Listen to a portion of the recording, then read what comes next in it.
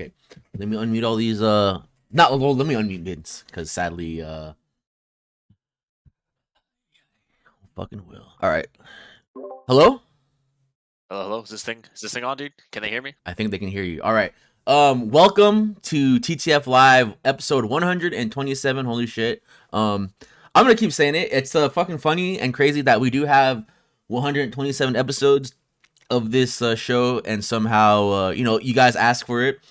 Even though it is now monthly, but we are here.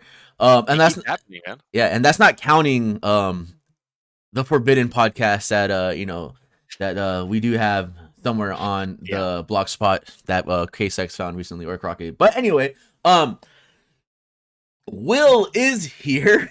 But yeah, there he is. Say hi, Will. Hey guys. But being such a great nephew that he is, I guess he's helping his uncle out, and he said cue him in when he is cute, when he can make it. Hopefully it's soon, because he seemed pretty excited to ask about, or he seemed pretty excited to be on it. He doesn't have work, so hopefully whatever it is soon.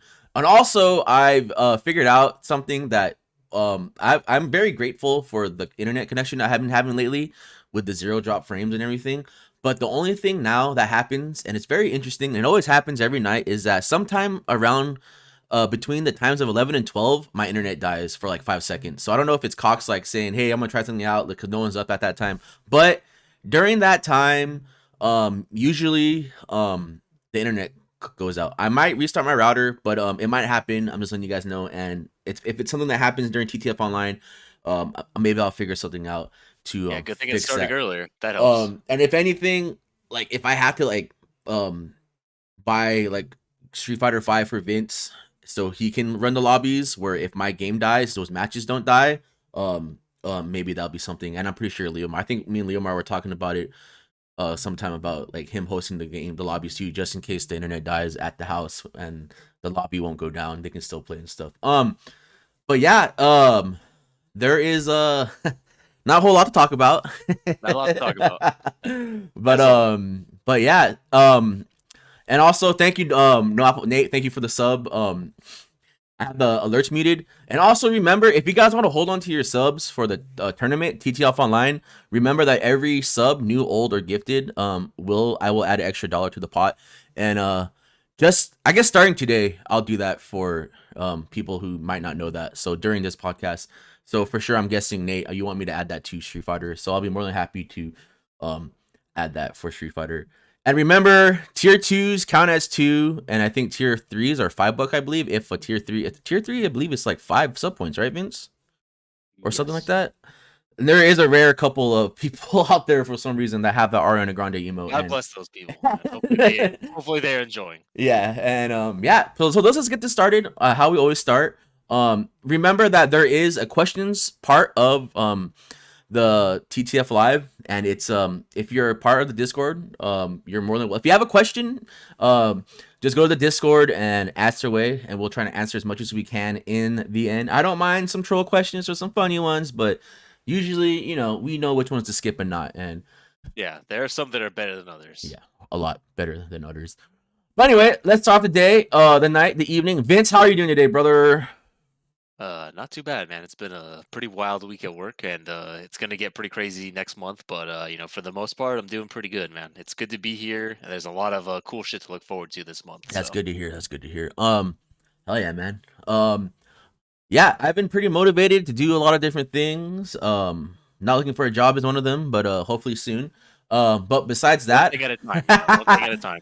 But yeah, so let's get this started. So there is a lot to talk about. All jokes aside, a lot of cool events happen, a lot of news is happening. Luckily we only do this once a month, so we can all save the everything for one sitting and podcast. I mean, from Virtua Fighter 5, the new patches for so many games, but I mean Tekken and Street Fighter are probably the two that we'll focus on. But other games got patches too that I've been reading. Those are the big games here in San Diego. So. King of Fighters 15 announced a new character. Guilty Gear Strive beta, the last one just happened. Most likely this last beta will be pretty much the full game. And then a lot of events were happening. Red Bull Kumite happened 2021, which was took place in London, and from I watched the whole thing. I fucking went to bed early to wake up and watch it, and I'm glad I did. CPT events have been happening. Those are pretty funny. We'll talk about that too. They're a little less cool than A little less Virtua cool, was, but I mean, it's just they exist. they exist. Combo Breaker announced something pretty big that I just found out about today, and I'm really excited to see. It's happening this weekend, I think, right? Yep. And we'll have some things. Goddamn, we'll have some things for some new news about TTF Online, TTF Live, and other shit. But Yeah, canceled. yeah, Forever. everything's canceled. So what I want to talk about first is Virtua Fighter 5, or not, Ultimate Showdown. So it's cool because it's getting like a revival. It's free on the PSN Plus. I think that's Yeah, amazing, it's gonna and be free next month. it's gonna be free next month. And everyone is, it seems like everyone's excited for it, man. And it's, it's I hope hopefully it gets the. I'll say straight up that I'm not gonna be playing it. But I hopefully people, if you want to play it, play it. I think Paul has been playing it. I know a couple people that do play it, and I hope you guys take part of this revival and just play it and don't let other people say shit. You know what I mean? And people seem really excited in other areas. I mean, obviously there are people that specialize in Virtual Fighter. I already know that they're doing every Thursday or every other Thursday. They already have a circuit set up for NLBC every Thursday now, and they already have like 22 people in their bracket. So I guess every Thursday they're gonna do Third Strike and Virtual Fighter 5 now, and they like I said, they already have like fucking 22 people in their Virtual Fighter. They sure do. But If nothing else, this whole this Virtua Fighter thing is gonna have a good recent port for everybody to play Yeah. when offline comes back, which in some places might be sooner than later. So at the Yeah. end of the day, it's nothing but a good thing for people that want to try the game out, or for people that already play. Yeah. So And for sure, if that is a game that people are interested in having at the house when it reopens, I am more than welcome to have that game at the house. But reading Twitter, and I'm not the one. I've had this mindset too, and but now becoming just growing up, I guess, I don't know. There are some people, pro players, such as Flo, who he made a tweet and pretty much said, "Time for everyone to pretend they love Virtual Fighter," and then it releases and we go back to the same 6 people playing to America. All I want to say is this attitude fucking sucks, and this is coming from a person that used to do this attitude, or who used to pretty much do it a lot, especially with games like Street Fighter 4, before the OFC times, when a new patch is coming out, but it's only gonna matter to like 6 people, blah blah blah. But I just want to say, I think this is a really bad attitude to go towards, for a couple of reasons, and one reason is that it sucks, dude, because there gonna be people excited for this game, and then they will see shit like this, and it's gonna fucking it just sucks. And also, it just doesn't help anybody at all. As somebody who crusaded against certain fighting games for the past couple of years, no one gives a fuck. Like no one cares, and it doesn't do anything. Yeah. So it's pretty much just a waste of a lot of your energy and Yeah. time, and Yup. other people's energy and time as well. And also, People that don't know anything will only see this, and then they'll think, "Oh well, nobody gives a shit." That's where I want to. It doesn't help at all. Yes, exactly. That's what I want to go on. It's like, especially when you're Flo. I mean, I don't really give a fuck about Flo, but there are people who give a fuck about this guy. So he's like an influencer, I guess we can say. So if he's gonna say something about Virtua Fighter 5, his community always is already gonna hate the game. You know what I mean? And then it sucks. Or just not care. Or just not care. Arguably worse, yeah. Yeah, it's worse because I'd rather people play it. I'd rather have people play it for the fucking 2 weeks or whatever, and then have no one care about it. You know what I mean? And I mean, I feel like if I don't know. I'm not a game developer. I don't know. I don't have money. It's just, I feel like if this game does do good and successful and people are playing it, maybe they'll make another one. And it might suck, it might not suck, but it would be cool to have another one. But just this mentality I would want to talk about, and it's pretty shitty. And it was just funny. And pretty much what I said is, if you want to play something, just fucking play it, man. Fuck whatever other people have to say. That's pretty much it. But I mean, it really comes down to that. Just play what you want, and if you're excited and have genuine excitement, and you want to start something, you might be able to find people that will play it with you if you're that excited about it, or if you know enough about it. I mean, I'm sorry. I mean, I'm kind of sad too, because I feel like this game would have been at North County tournaments, because I know every other Thursday they did North County tournaments, and they did like a random game, and I'm pretty sure Virtua Fighter would have been one of the games. And unfortunately, before the pandemic, what I was doing was any game that they were doing, and I only did it once, sadly. You know what I mean? Any game that they would It be was only doing, time to do it once, yeah, I was unfortunately. gonna So learn that game in a week and try to play it in winter. So like the only game I got to do it was DOA, and I got third. That was pretty fucking funny. But you know, it was cool because I was like, hey, I'm learning a new game. I streamed it, and yeah. But I mean, like I said, when the time comes for the doors to open up, and there are people interested in Virtual Fighter, um, I don't mind getting the setup for it. Or if you guys want to bring your own setup, you guys are always more welcome to bring it. You know, I'm not gonna say no to any fighting game. except for Arcane Heart, you guys I can't thought you were gonna go. say Smash. I was like, that's why I was laughing already because I was saying Yeah, that and I was just like, I already knew like, god damn it, that's not a fighting game, but it's a party you know, game. to each their own. Yeah. All right. Hell yeah, dude. But yeah. So I mean, I honestly think I really do think it's a cool game. Um, I mean, I think Virtual Fighter is one of that's Fudo's game, right? That was the game that Yep. yeah, He's Fudo. very good at that game. He's like the number one player in that game. Well, I mean, there's a lot of Japanese pro players that that all play Street Fighter and stuff that actually came from Virtual Fighter. But for sure, I know Fudo and I believe Itazan is one of the Yeah, other ones. Yubashi is Oh, another. oh yeah, Corey, yeah, yeah. Fuck, I remember when they did that like fucking that worldwide circuit tournament, and that was at Super. Not a lot of people showed up, but you know who did show up was fucking Fudo, and he won a shitload of money because of it. You know what I mean? And I remember, and like I think the lore too is that the arcade I heard the arcade system, it was really cool because you fought like the ghosts in the arcades, and I guess Yeah, one of the AIs was Fudo, right? He was that's so cool. I know they tried to do that with like Tekken 5DR and other six with like the card system that they put like the ghosts of other players in and stuff, and damn, that's really cool, man. Man, that's cool. Fighting games are really cool, man. So if you want to play Virtual Fighter, don't let some idiot like Flo or anyone else like tell you not to. Just play it, and if you survive for 6 weeks, or 2 weeks, hey man, better than not ever trying it at all. You know what I Yep. mean? All Play right, whatever you want to play. play whatever you want to play. Hell yeah. All right. So next is I'm not gonna go too much into these next two topics because I don't really like talking about patch notes, but I mean because especially I really don't really go over them, and I only go over my characters usually, and honestly. Pretty much every patch that has come out, my characters for each of one of these games, nothing has happened, or they just did some stupid Looney Tune thing that doesn't make sense. But with that said, um, they announced, or there was a Tekken patch, and believe it or not, it's patch 4.20. Yep, So it sure is. it sure is, dude. Where is Will? Will's helping his uncle out right now, and he will arrive when he can. He said that he just said cumin. Yeah, So and then so I don't know much about this patch.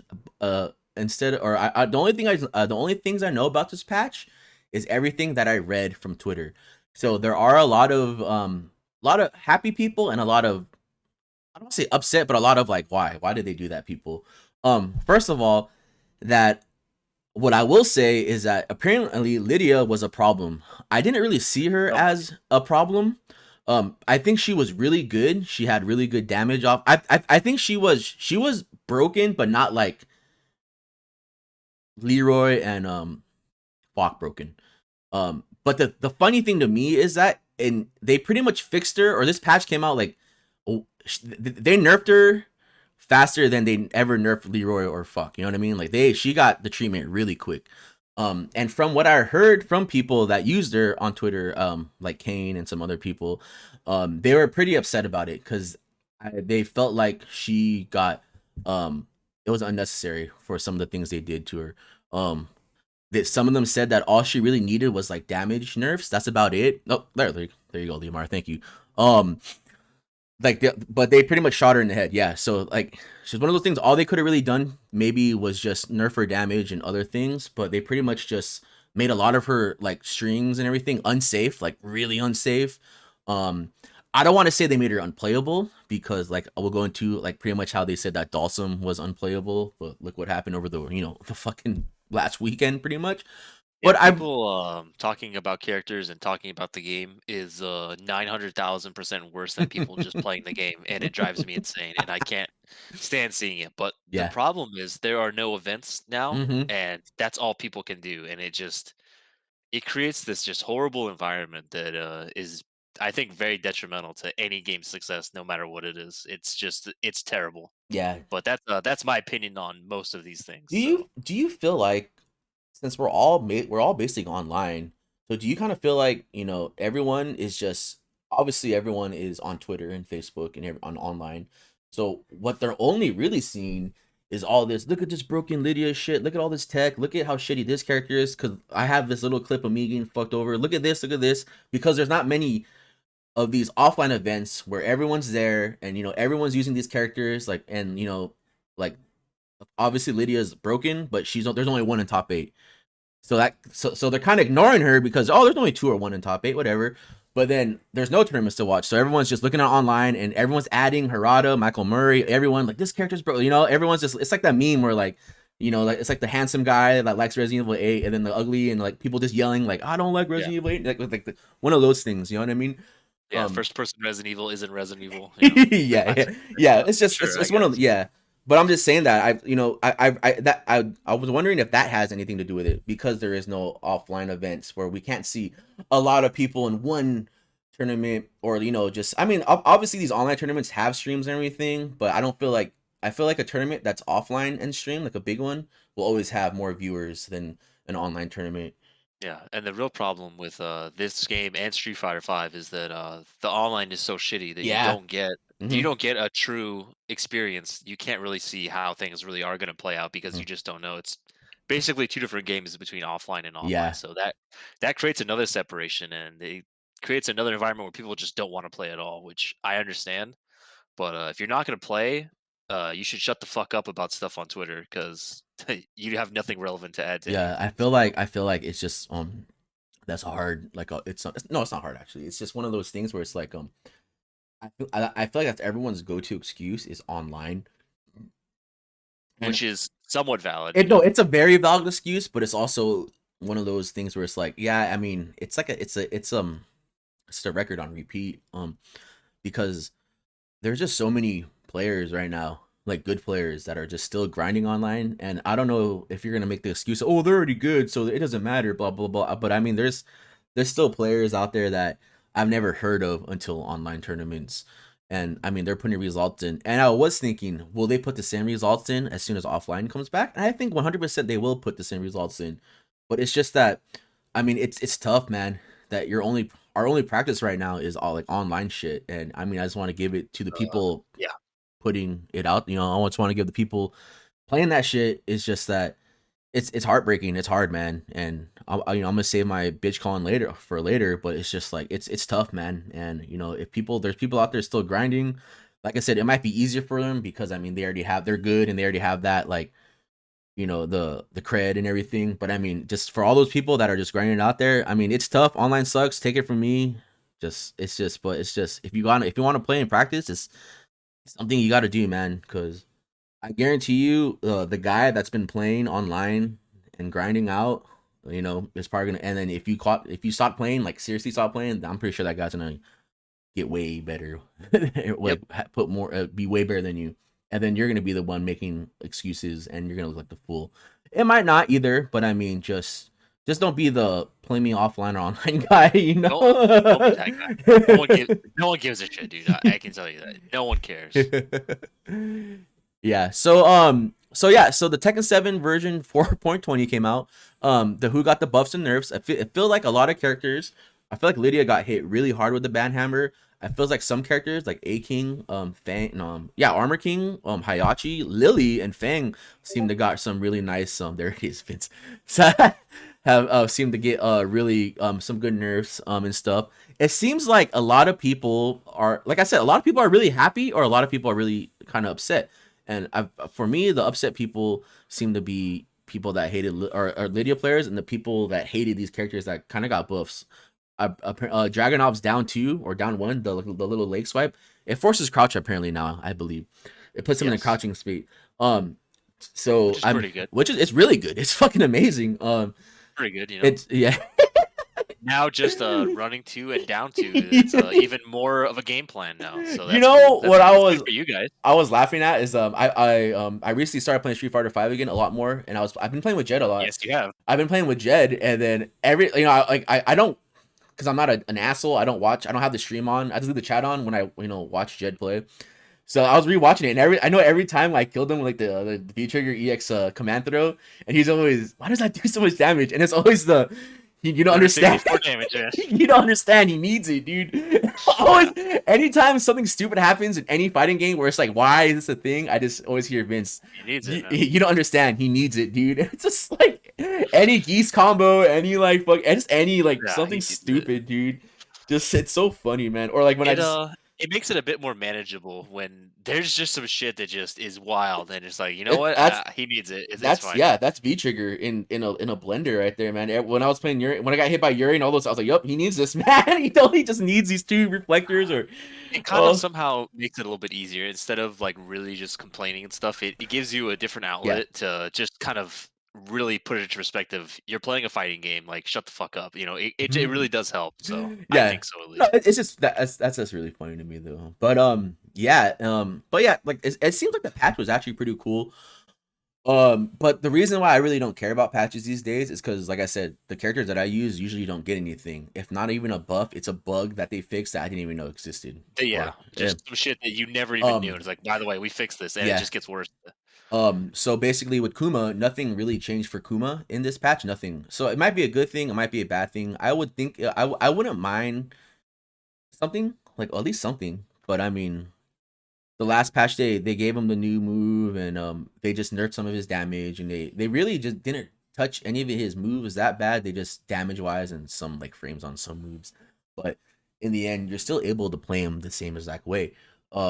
So I mean, it is what it is. I don't play Tekken 7 as much as I do. It's tough. It's really tough without offline. I mean, yeah, but it's just like in the end, like I said, it wouldn't really matter about, like, it's not changing my game plan or how I play my character. I feel like I'm always gonna play him the way you play him. And what I want to go on also with that is that the game has been out for 6 years. Yep. And so it came out 6 years ago in arcades, and then like 5 years ago, like on console, we finally got it. And I was just wondering, I think we talked about this last time, but just a little refresher and bring it up. I was just wondering. I mean, I'm really, it's really cool that they keep updating this game. It's a 6-year-old game that they keep updating, and they listen to the fans. They listen to the fans. In an ideal world, this is what would happen to your game, is that it would continue on like this and it stays good and you keep getting content. That's like, which in an ideal world, that's what happens. Yeah. So, but what I was thinking was, I'm pretty sure people talked about this too, but is I want to ask. Oh, I'll ask you, and then and it doesn't have to be Tekken. It could be any. Let's say some game you like was alive for 6 years and they kept it updated and blah blah blah. What they're pretty much doing with Tekken 7. So would you? And let's say it's the 7th version of the game. You know what I mean? I mean, 7. That's a lot. 7, and not counting the tags, not counting the other versions of the games, like Dark Resurrection, Bloodline, Rebellion. You know what I mean? Street Fighter fucking 4 and 5. Let's just Super Ultra AE. Yeah, that's a lot of games. That's a lot of That's a lot of games. I hope everything is going well. Yeah, dude. Man. I hope everything is really okay with it, man. Those pictures, man. Look like you got hit by a semi truck, but the day after, you recovered, and you look like you recovered. I'm lucky enough to have had an orthoscopic heart surgery, so yeah. You and Vince have something in common, dude. Yup. And you said you wanted that Sagat scar. You got it. There you go. It might not be the way you wanted it, but here we are. So, like I'm sorry, my question would be, Vince, is like I said, a game that you enjoy playing. Let's say Yatagrasu had 6 years. The characters actually came out playable. It's a great game, updated everything. And it's 6 years. It's 6 years, all right. And it's like Evo 2021 is coming up. Yada top 8, blah blah blah announcement. Would you want another version of the game, or would you just want them to keep doing what they're doing? It's been out for like 6 years, and they're doing a great job updating it. Like, what would you really want?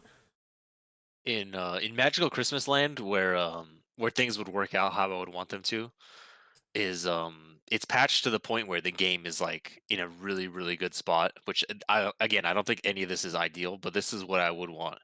Is the game is in a pretty fun place and it's really doesn't need any more updates. There's no really egregious shit that needs to be taken out, and all characters can compete at least to some degree and stuff like that. I would rather just have a final patch and then they're just like, all right, we're done. Yeah.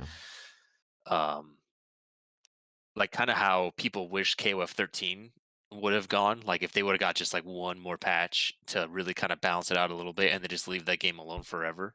Stuff like that, I think would be pretty good. Like the state that Super Turbo's in, where it's like it's pretty crazy, but you know it's not going to get updated, so you don't have anything else to learn. I Hmm. think a game ending up in that spot is kind of the ideal thing. I would really want them to have just a final version of the game and then move on to whatever else they want to do. I feel like, yeah, I mean, sadly, I think money is the root of all evil, right? Of course, if they want to make more money, they'll probably make another, another sequel or something to the game. But I feel like in an ideal world, like you said, was that you make this perfect version of your game where it's so good that you're playing it, but you've made other games like where people still want to play the past games. Still, people are still gonna play Tekken 5 at these tournaments. People are still gonna like side tournaments, Tekken Tag 1, 2, whatever, and then main event will be whatever, like Tekken 6, or I'm sorry, Tekken 7, and then like Electric Cancel, or any tournament dedicated to something. Dust Sleep, I think that's really difficult with a legacy game like Tekken. I think it's much easier with games like Street Fighter and Guilty Gear, where you see such big sweeping changes that they actually do feel like different games. I feel like it's a tough sell for Tekken, but I'm also not a Tekken player, so yeah. to me, it seems more appealing to play something that's completely different from the game you're already playing, rather than stuff with more options and things like that. Okay. So Yeah. So what I was going on to it was too is like, would I rather in the end would I rather have a Tekken Tag Tournament 3 or a Tekken 8? I don't know. I honestly am not a big fan of the Tekken Tag series. I mean, I'm a big fan of the Tekken Tag series. I enjoy them, but I'll be straight up with you when I said that was probably one of the hardest Tekkens to learn, especially playing with people that already had like a Tekken Tag under their belt and just years of experience. Basically, shout outs to Ogre, like Ogre Arcade. I mean, he was keeping Tekken Tag 2 alive in SD, but he had killers, man. Fuck, dude, that house was just like full of killers, man. And if you want to get good in that game, that's where you're supposed to go. But that game was just so complicated for me, sadly. That I mean, I can get some wins under my belt, but I mean, I couldn't play that game in a high tournament level. But I don't know, man. Tekken 8 or Tekken Tag 3 though. I'm pretty sure that's something in the future that we're gonna have to look forwards towards to. And I'm probably gonna, it's gonna be tough with the way things are now too. I'm sure even if they were going to announce something like that, it's probably pushed back like maybe 1 to 2 years now. Same thing with Street Fighter 6. That's the rumor with that is that COVID really fucked up the development of that game, and they were going to announce something this year, and now it got delayed, and that's why we have another season that seems like it was rushed out. I So mean, yeah, but I feel like, I mean, redemption arc wise, and it took like 5 years for a redemption arc. Excuse me. And I at least feel, it happened at I all. yeah, I feel like they're at a better place, or they're about to be at a better place. With like, People seem much happier with the game now than they yeah, ever have in any of the time I was playing. So that's got to be something. That's got to be something good. for sure, I'll be the guy saying that the game to me is still the same. But I mean, they're like, I don't know, the game still feels the same, but I mean, it's getting there. That's all I'm gonna say. I'm not gonna Just the fucking, simple quality of life shit where stuff actually works and you can rematch people and things like that probably do a lot more than you think because you've been playing it for so long. But just comparing it to season 1 and 2, it's gotten a lot of like really nice things. It yeah, seems like it's a million times better now. I still don't want to play it ever, but I mean, for the people that have kept up, it's at least some kind of reward to be able to say, hey, at least this game is like semi respectable now. At yeah, least for we can sure. play it and not feel weird about it. Yeah, yeah, yeah. No, no. I mean, it's, yeah. I guess in the end, it's. I mean, and you're talking to like a lot of the people will. We bashed on it hard. We still do bash on it. You know what I mean? But I mean, I try to be better about it now, but I still probably have zero interest in ever playing it again. yeah, yeah, yeah. But I really I'll do. see you guys all tomorrow, anyways. But Yeah. But I feel like it's in a, yeah. I mean, as much as I feel like it's still the same thing to me, because I guess you're right. I've been playing it for since day one. Um, but I guess if you want to say it's it's a lot better than it was, then yeah, I'll take that. But um, my question about these patches and these nerfs and buffs and everything. So do you? That's why I wrote this down. Here he goes, man. So I want to, and it's happened at Evo. It's happened at other tournaments. It's happening again. So what do you think about patches before big tourneys? Um, I would rather have things like that take place afterwards, but you run a fine line if you do that type of stuff. The only thing I can really compare it to is card games because that's kind of the only thing I Yeah, also play. And they're like, you know what, dude, this shit's pretty good. We're putting it on a watch list before this tournament, and the tournament happens, and it just completely ruins the fucking tournament. Like, and you either have that situation or you have, okay, we're gonna put some brand new shit in there, and then we're gonna try to have a tournament. So you take the risk either way, and I don't really know which one's better or worse. I guess it's different for Street Fighter 5 because it's been out so long and you kind of have an idea of the direction of the game, the things are going. So big patches don't mean as much to a game like that as they do with something that's like imagine this is the first season of the game and they patch it right before Evo. Like that's fucked up. Like you should probably not do that. But a game that's been out for 5 years, if you want to patch it before the only offline event that has happened in a year and a half, like I think that's a bit of a different story, and I don't really see too much of an issue with it. It's kind of a bitch for the people that are competing, but as long as the changes aren't really sweeping like that, you just got to quit bitching and play. yeah. But I think in the situation of Street Fighter Five, I think the patch was pretty a big deal for some of these characters. As in I mean, three camis have fucking qualified for the CPT event already. Mago, Gamma, and who's the other one? NL's the last one, right? NL. Yes, thank you. And NL. I mean, yeah, no, you're right. NL. And she got hit pretty hard with the banhammer herself. I mean, she's still playable. I mean, though. I mean, yeah. It goes to the pretty much my next thing too. It's just that it's I'm sorry. People complain about characters nerfed to the ground, but people are still putting in results. That's what I think. It's just you may have nerfed the character, but you're not nerfing all the hard work and dedication that the player has put into the character, I guess. I mean, it might be a little harder to win with these characters, but I mean, it's just I don't know. And I still think Cammy's a good character, and obviously they did. I was watching a couple of videos of to deal with her nerfs, like her dive kick shit, which I didn't know, but it's like it's fucking crazy. But I'm pretty sure I've been hearing this same bullshit about Cammy four. since Street Fighter 4. Oh Yeah. no, now she can't do 2K drill, man. She's gonna be fucking shitty, Remember dude. when they said And they she was never shitty in any remember version of the game, they said ever. they took away her unblockable in four, but they just made it harder to block in four.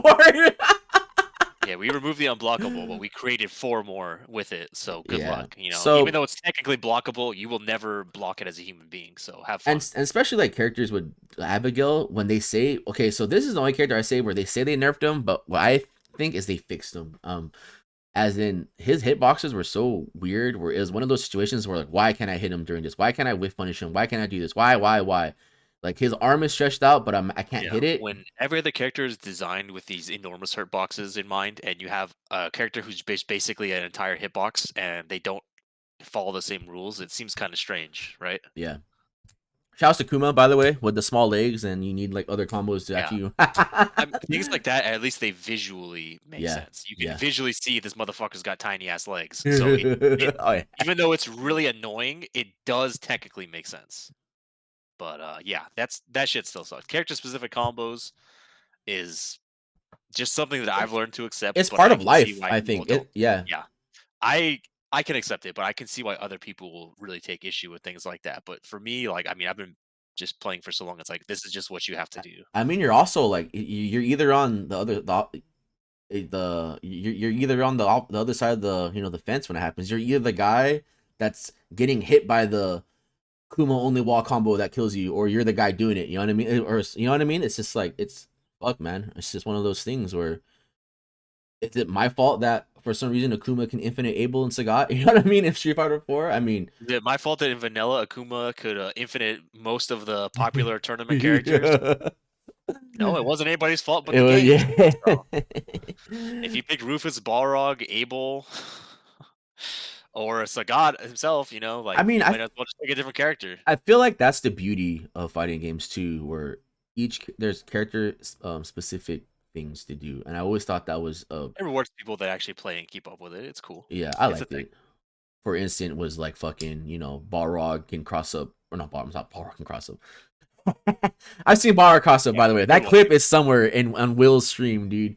But How did it happen, dude? I'll still never know. but Rufus can cross up Balrog with medium kick, you know, and then Yes, he Guy can. can fuck over, you know, Rufus with his cross up, and then for some reason on the left side of the screen, Guile can't block Rufus's life. You know what I mean? One of those things I always Yeah, thought it was, basically becomes unblockable. yeah, I always like shit like that. I mean, it's you know, it's not my fault that Jin can get a 20 hit wall combo on Kuma. But I mean, it's really cool to see, and if I feel like if Avery knew the combo, he would have beat ranked you at Evo. But I mean, you know, Probably. it happens. But Stuff like that at the highest level absolutely does matter oh also. hell It's yeah, like, one hundred oh, like, percent. no one will ever do this, no one will ever do that. It's like, I don't feel like you even probably shouldn't say that because people thought that there would be no Dan Infinites in tournament also, and we all know how that turned out. It's yeah, happened multiple times. dude. So If there's an infinite in the if there's an infinite and they don't ban it or anything, you're gonna use it. I mean, look how Crow won Evo. He won 2 yeah, Evos back to back, and the thing is, he beat Japanese players. He beat international players. First one, yeah, he used it with the infinite. Who cares? Second one, they banned the infinite, but it didn't matter because you could and still do guess the what? setup, and the setup It happened dealt again. with it still did damage. It fucking you got the hits and you get like a back throw, you know what I mean? And you're still dead. Attack Yeah, you're infinite. basically gonna lose the round anyways, Yeah, despite not having infinite. You will probably still lose the round anyways. yeah. So yeah, I mean, but in the end, my last point I wanted to make was that I mean, I feel like it was a cool patch. Like I said, Birdie got nothing. They fixed things I didn't know existed. So whatever. Um, Thanks, I guess. um, and my closing statement with this would be Matt, people just complaining about characters nerfed to the ground, and still people putting results in. I'm sorry. Yeah, just none of you Woo. people playing these games have any fucking idea what you're talking about, so you Yeah. probably should just play the fucking game and leave it at that. Shouts to Dawson. All right. So, Congratulations. what's next? What's next? King of Fighters 15. Hell yeah. Sadly, I won't be playing it. Boom, there she is, armpits and all. So they announced Blue Mary, but before I say I'm not gonna play it, I'm probably gonna try to play it. Like every fucking game I try to play. And I do like King of Fighters, and I do like a lot of the characters. A lot of my there's a lot of characters in King of Fighters that I do like. So, but so Blue Mary's out. My question is, since it's like, you know, obviously team based game and they've been doing pretty good with the KOF teams, I'm wondering who will make a comeback with Blue Mary. And I'm thinking, if I remember, and I did also some research too, was that her team was what's her name, Toto's daughter or Kasumi, right? The chicken, like her and Lee. Zhang Fei, I think. I'm sorry, I don't want to fuck these names up. Whatever. And then in the newer ones, like the last one that came out, it was Vanessa and Ramon, right? Were her team the wrestlers or something like that? So I mean, I don't know what they're going towards with the how they're picking the teams, but I'm assuming that if anything, some of those the characters I just named will make a comeback. And I already know someone King was on her team, but she already made a comeback. And I just found out that the hero team was usually the main characters. That Benny Maru is on that team. Yeah, and It's Benny Mars on it. it's So their it, teams are somewhat different this time anyway, yeah, so it's kind of hard to predict who they're gonna put in the game, because it's which what is cool. it's Benny Maru, the sleepy kid, and the guy with the hands, right? Like the main Yep. character from yeah. So that's fucking and Benny The two Maru's new right. characters, That's so, Marky and Benny Mars. yeah, dude. That's Which, um I mean, is pretty cool. If you're a no, I lifetime no, KOF yeah, fan, no. stuff It's like just that, yeah. it's pretty cool.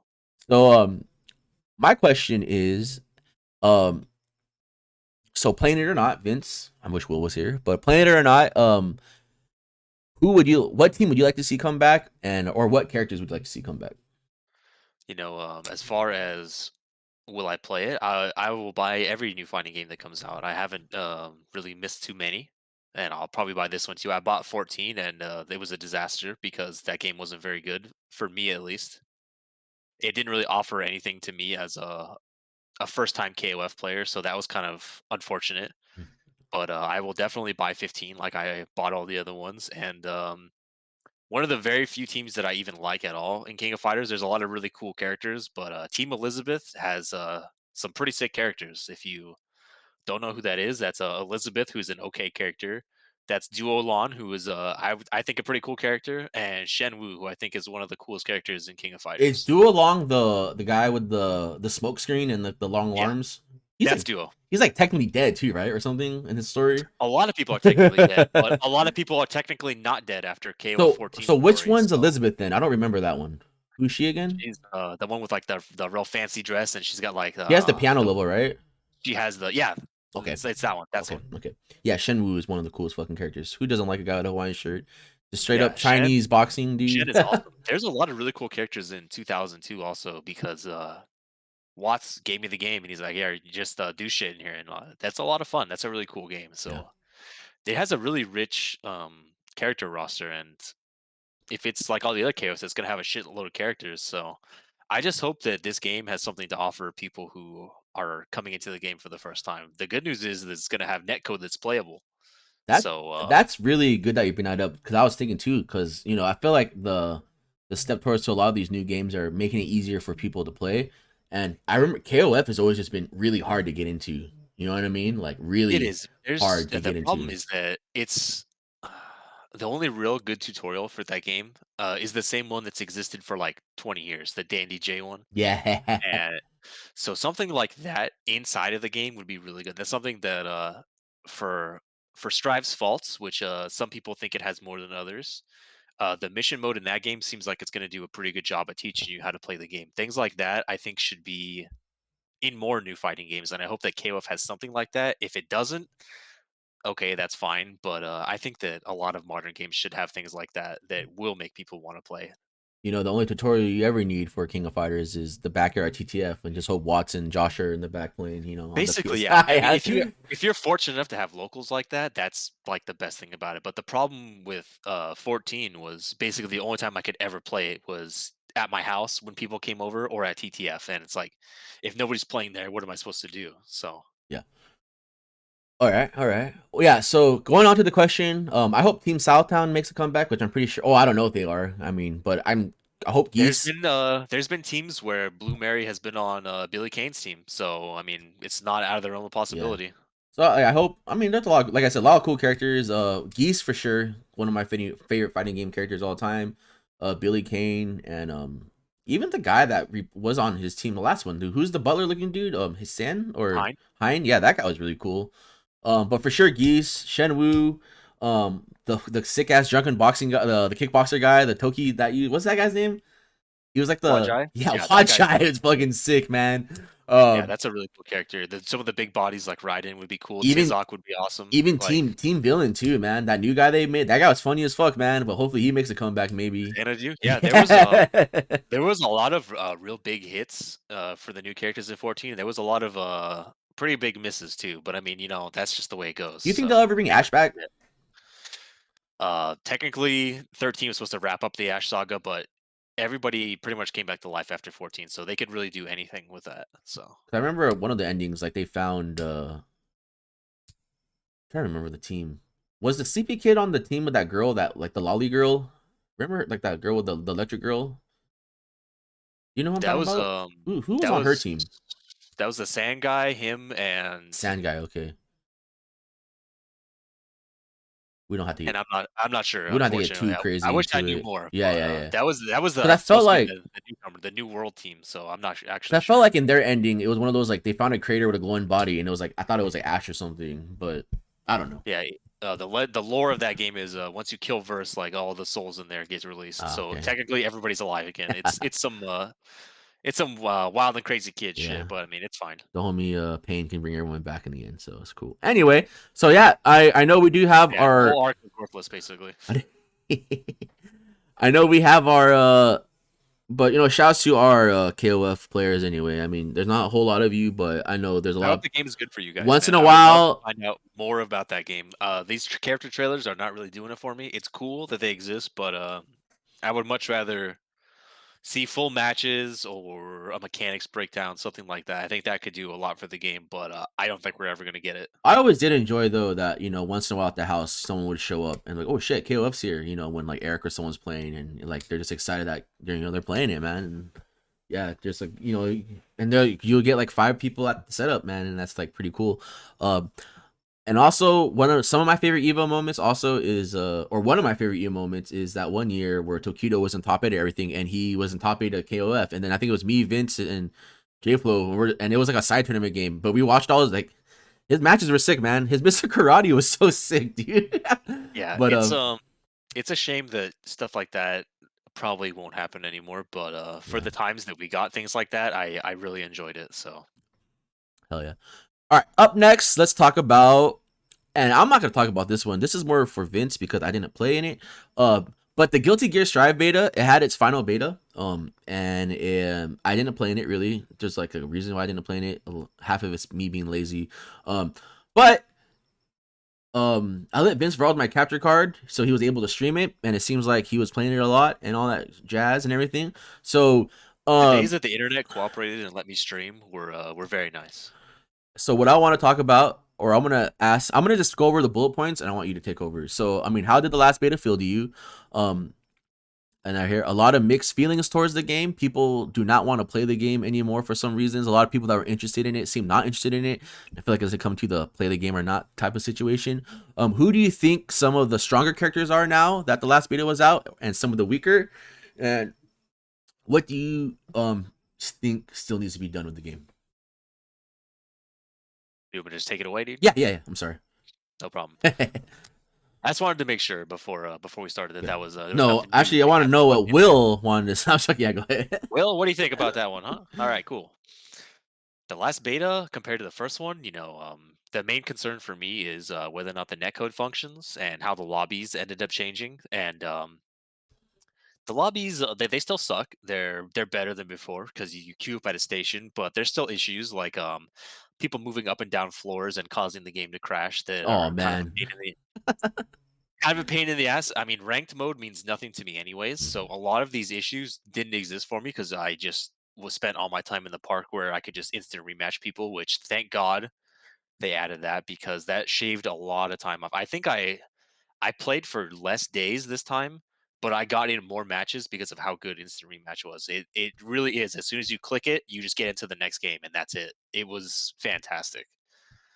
Quality of life things like that were really good, but the lobbies are still god awful, and I wish they didn't use them. But we got them, so that's one of the things compared to the last one. The lobbies were better, but they still suck. So thank God the netcode is good because it's really gonna make playing online not such a chore. As far as the system itself, the big change this beta was the way that the air stuff worked. There was a little bit of added landing recovery off of double jumps, off of normals, and things like that. Once you really got used to it, it didn't seem like that big of a deal. The only times it was really a big factor was if somebody would try to empty jump and then double jump to try to bait you to an anti-air and then land. You could end up punishing them on the way down with a far normal, just things like that. Or having random far normals just anti-air you for no reason. So those were the only real big changes to that. So a lot of people were complaining about feeling sluggish and things like that. But I played a character that did not have an air dash or a regular dash or anything else. So You when I was were trying, I'm sorry, you were using a RAM this one, or are you still using Naga? I was using Nagoriyuki and I was Okay. using Kai. So Oh, I Kai. played a I'm sorry. Yeah, character. you were playing Kai. You were playing Kai. Yeah. I wish I would have played Ram, Who was but playing I did RAM? not. Someone was playing RAM. I was watching like Mike's stream, and you guys were playing a RAM player a lot. Someone we know, Whoever I think. they were smart because that's a good character pick.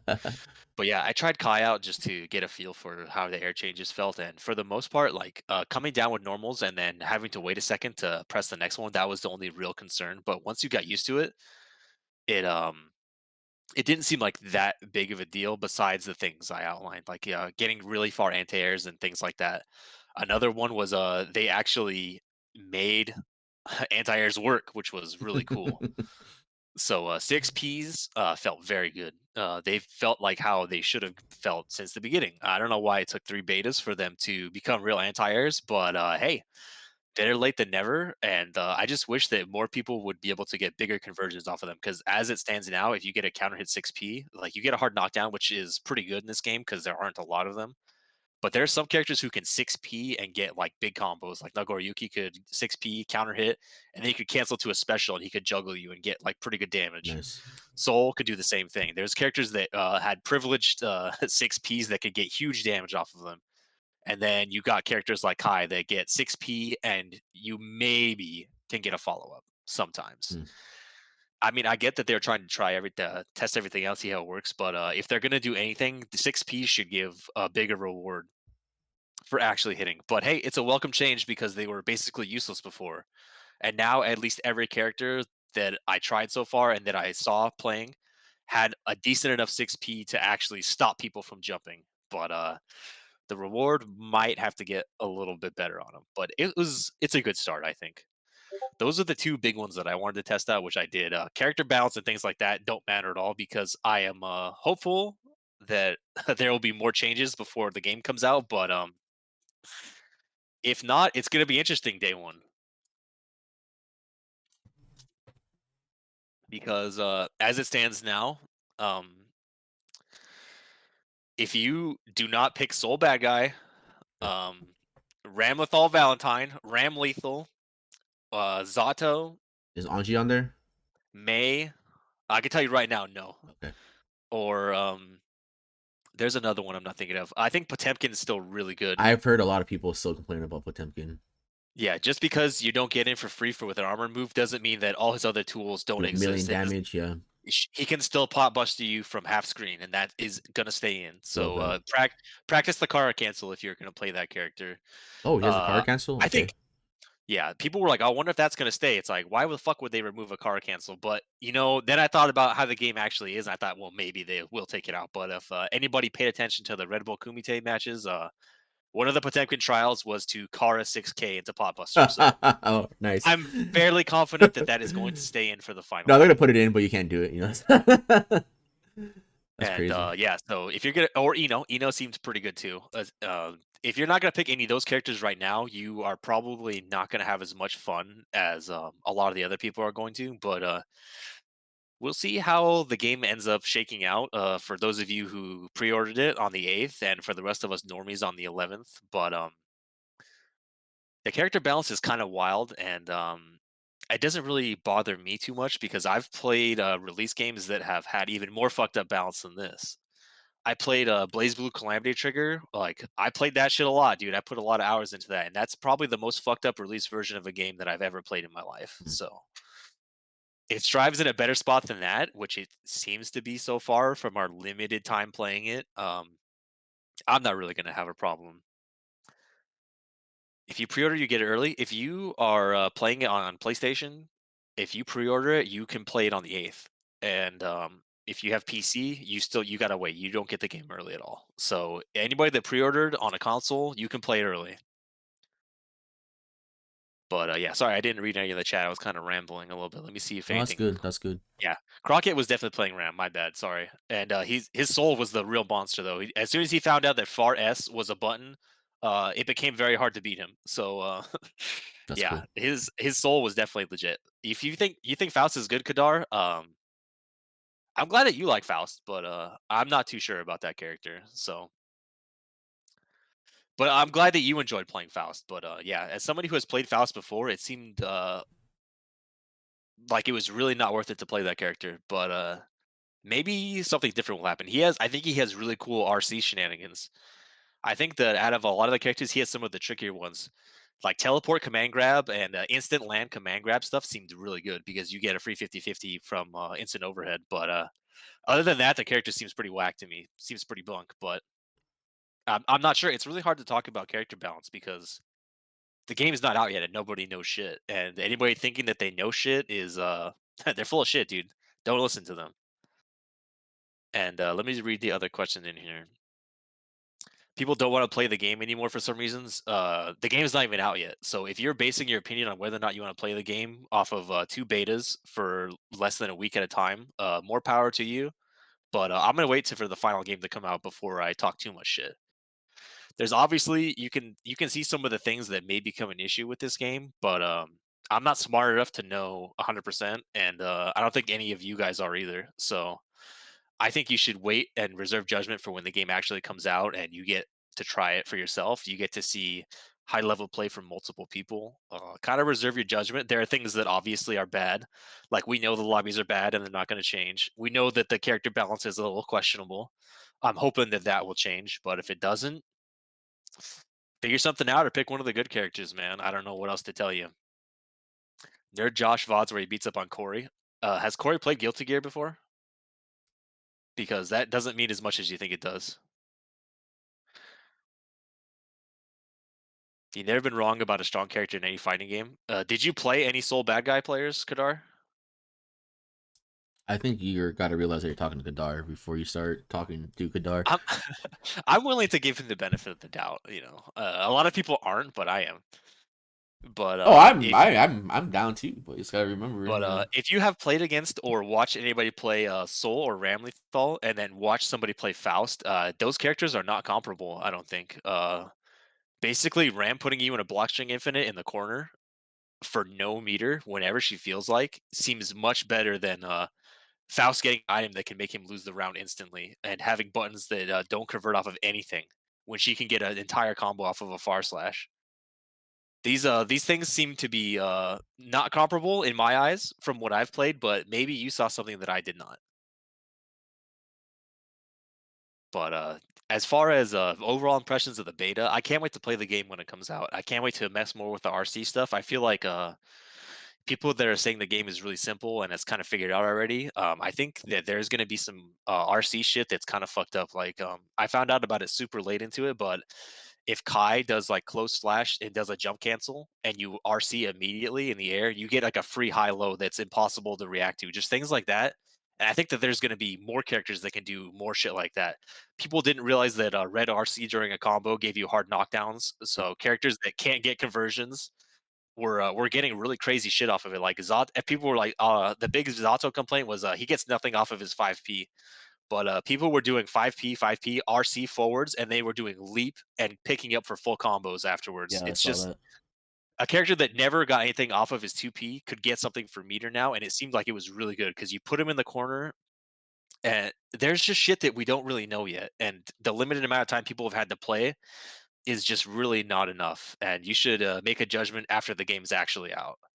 And that's what I'm gonna do at least. There are things that worry me, like like how strong some characters seem in relative to others, but we'll see how the final game shakes out. It's impossible to tell now how it's gonna be, so Yeah. you should kind of wait and see. As far as what needs to be done, to just fine tuning some of the characters, some of the weird interactions would go a long way to making me feel a little bit better. But for the most part, I just really can't wait to play it. So that's kind of my closing thoughts on there, unless somebody else has any questions. Just Um, play Maze theme, dude. I don't know about the music, man. I wanna. That's what I was gonna ask you. So, I mean, now we know that some of the songs are not what they seem to be in a way. They, there's a changed some up from like something maybe from the character trailer. I'm gonna be that guy that I like Mace theme, but I mean, I guess my only thing to take from this is that this Guilty Gear soundtrack is probably the worst soundtrack out of all the Guilty Gears. This Um, is hands down one of the worst Guilty Gear soundtracks I've ever heard in my life. Even the shittiest Guilty Gear, which was Isuka, I forgot which one that was. Iska, that Yeah, game had but a that banger game ass had soundtrack. a really good fucking soundtrack, dude. But I really do think this is probably the shittiest soundtrack. Don't get me wrong, there's still songs that are like all right, you know what I mean? But I mean, it's like it's pretty bad. But It's another thing where I'll reserve judgment till I hear the full yeah, thing. But as but of right now, the only song I can even think about picking out of that entire list of songs that they released is really, Milia's theme, and I have to listen to the whole thing before I do that. yeah. But right now, if I have jukebox mode and I unlock all those songs, I can't think of a single Strive song I would ever want to play over any of them, ever in any situation. I'm probably just playing Existence all day, dude. It's it's very hard to not just play Existence, Holy Six Black Orders, Heaven stuff like Guns, that. Holy Order. Oh man, do you know that my gripe is that this is gonna be like the first, not the first, but we're not gonna have like a version 4 of Holy Orders. You know what I mean? Like, I'm hoping that, I mean, because they said that there's more songs on the thing that they're gonna release afterwards. It's just like a sample that we will get something like that, but it's tough to tell. Are we gonna get a different song when Dragon Install happens? We did last game, so eh, I don't know. I yeah, have a lot of questions. shout out to Alexis for kept asking us how do you get Coyote's hair down. At Yeah, dude. the... Thank you for not knowing how things work, But that was Alexis. also the coolest part of that because that's when the Holy Orders version 3 or 2 pops up, man. And that shit was Yeah, pretty sick, man. Those yeah. Every violins, you knock them down, and those violins start playing, dude, and you're dead, man. just every song having vocals, sure that sucks, but The vocals aren't the problem. The problem is that the songs just like are not good. You I feel know, like it's also like, oh, this part of the song's awesome, but it's like 2 minutes in, and match and is only lasts like you'll never you will get never to. ever hear. Yeah, Yeah, it's like Persona had vocals in every single one of those songs, and the Persona songs don't suck. So it's like I don't know. I just don't know what happened, man. yeah, But they all just sound like bad. They're trying to cover bad songs, and like yeah. I don't know who that's for, but it sure as hell isn't for me. He, T7 music is good. T7 has some of the best music in any modern fighting game, and it has some of the shittiest songs in any modern fighting game too. It's on both ends of the spectrum, so that's how I feel about Tekken soundtrack, at least. What yeah, do you fight for slaps? It's not bad. If it didn't have the lyrics, it would be. I think it would. The song is improved like 1,000%. But it's a song that actually fits the character. It starts off with like a slow. It's like a slow chugging riff. It makes sense. It fits the character. That is totally fine. And then you have shit like Giovanna's theme that just makes no fucking sense at all. Like, at what point does she give off the vibe of being a Beastie Boys character? Like, I don't get it. At least some of the character themes actually fit the characters. Kai's theme sounds like it fits the character, and I don't know what happened with the rest of them. That's the big problem with the soundtrack is that a lot of the character themes just aren't good. It has nothing to do with the vocals. yeah. Um, yeah, yeah. For me, I didn't play it because one of the big reasons was that I was lazy to hook up my PS4, and I wasn't really excited for it.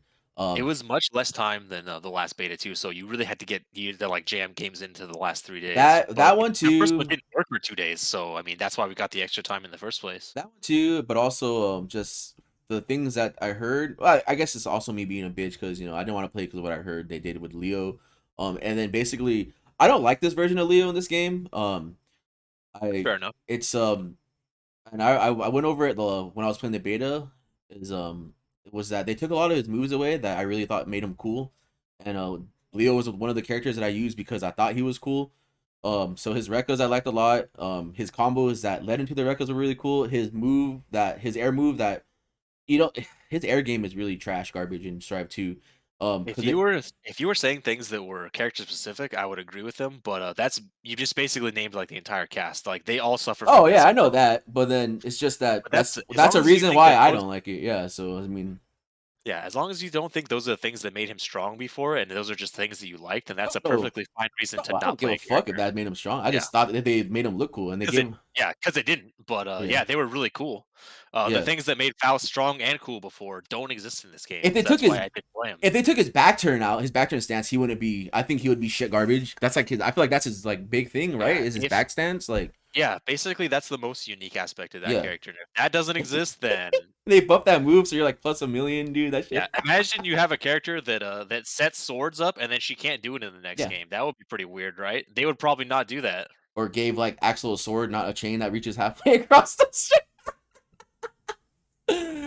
Oh man, that game's gonna be cool though. I'm excited for it though, but at the moment, I cannot there's wait to play it. I I'm wish that people would stop bitching about it no because yeah none of you are smart enough to know what the fuck you're talking about. But I mean, that's just the thing with games in general these days is just people love to talk shit, yeah which I think is cool. That's yeah fine. But you really don't know anything, so you should probably shut the fuck up till the yeah. game comes As out. much as I'm bitching about my character, I'm still gonna play it. It's just now I'm. It's the same thing with Tekken 7 when Ganryu didn't come into it. Yeah, So don't ever be married to a fucking character. yeah. That's the worst thing you can do for any fighting game you can do. You should play who you think looks good, or if you're one of those guys, play who is good. So at You the know, moment, if I had to pick on who looks cool, I'm probably gonna use Giovanni or Chip. Even though I'm hearing a lot of people playing Chip, but after watching Red Bull Kumite, I was like, this character. nobody knows Yeah, shit about that game. all I'm gonna So say is that if I had to lean on two characters at the moment, it's either Giovanni or Chip, and I'm hoping. I think you got to do too much stuff to play Chip. I don't think you would like it, but I think you would like Giovanna for sure And because also it's with very grounded and it's stuff that you're used to, like dash canceling stuff and just dashing in and doing stuff. I think you would like that character yeah, a maybe lot. I'll try her out. And then season pass characters too. So who knows, man. But Who yeah, knows when we're even gonna get those characters? That's another thing is we don't know anything about that. There's gonna be stages and characters, and nobody knows what the characters are, obviously. But maybe after the game comes out and story mode goes through, maybe we'll have a better idea of what characters would be. yeah, I'm excited for it. I'm like I said, I'm excited for it, but just at the moment, I don't know who I'm gonna use. But yeah, who There's knows? plenty of time before it comes out, and at that point, you won't have to worry about things changing between betas. You'll be able to just play the fucking game and play the characters how they're supposed to be. So you'll know for sure then. Yeah, as long as the character, I don't know. I'm all about cool combos, man. That's all I gotta say, dude. I like. They're gonna be tough to find. Yeah, right no, now, that's what I'm but, saying. Like coming from games that we play now, like Kuma has probably one of the coolest combos. You know, like fucking Order Soul had really cool combo. You know what I actually do think has interesting combos is I think Faust really does have a lot of cool combos because there's so many wall bounces in his things. There's so many things that he does that Yeah, I will saw bounce that. him off the wall. I saw that during So Red Bull. when you actually do get to the corner, you get a lot of really cool stuff. But the problem is you gotta get to the corner and do things like that. But a lot of his stuff, the Gatlings that does like those really big spins and wall bounces, I think those are some of the cooler looking things in the game. I ended up finding one later on where he has one like that, but obviously it's corner specific too. So I mean, like we said, the game is not out yet. You only had like 2 or 3 days, and I'm guarantee you, if people are still finding shit from Marvel 2, I mean, it's just a whole new wormhole we're gonna open when this game comes out. I mean, yeah, none of you know what the fuck this game is gonna be about, and wait till the game comes out and you see how really bad or good it is. You know, there's things that you can see that should worry you. Of course, obviously that makes sense, but wait till the game comes out and shut the fuck up on Twitter about it. You don't know anything. all right, Will is telling us to cue him in. Oh, is Will finally here? Yeah, he's back. So, oh god, Is this gonna be another 10-minute ordeal yeah, trying to it add probably Will? is. Add friends to the DM. This is the DM, right? That's what this should be. Yes. What's Will's name on this thing? If only Jacob was here, man. Where's Will? What's Will's name on fucking? I have no idea. Like, I'm looking for the Slimer, Thanariel, right? The little The Grimer? Grimer. Oh man, I'm sorry. Well, I'm not sorry. It's pretty funny. Yeah, this only happens every week. We have a month to prepare for it. Oh man.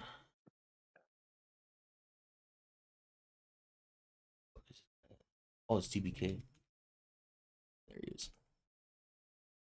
Will he get in here, dude? I hope he does. Hello? He's like, mug. God damn it, Will, dude. Hello? Is, here, dude? Where is he at?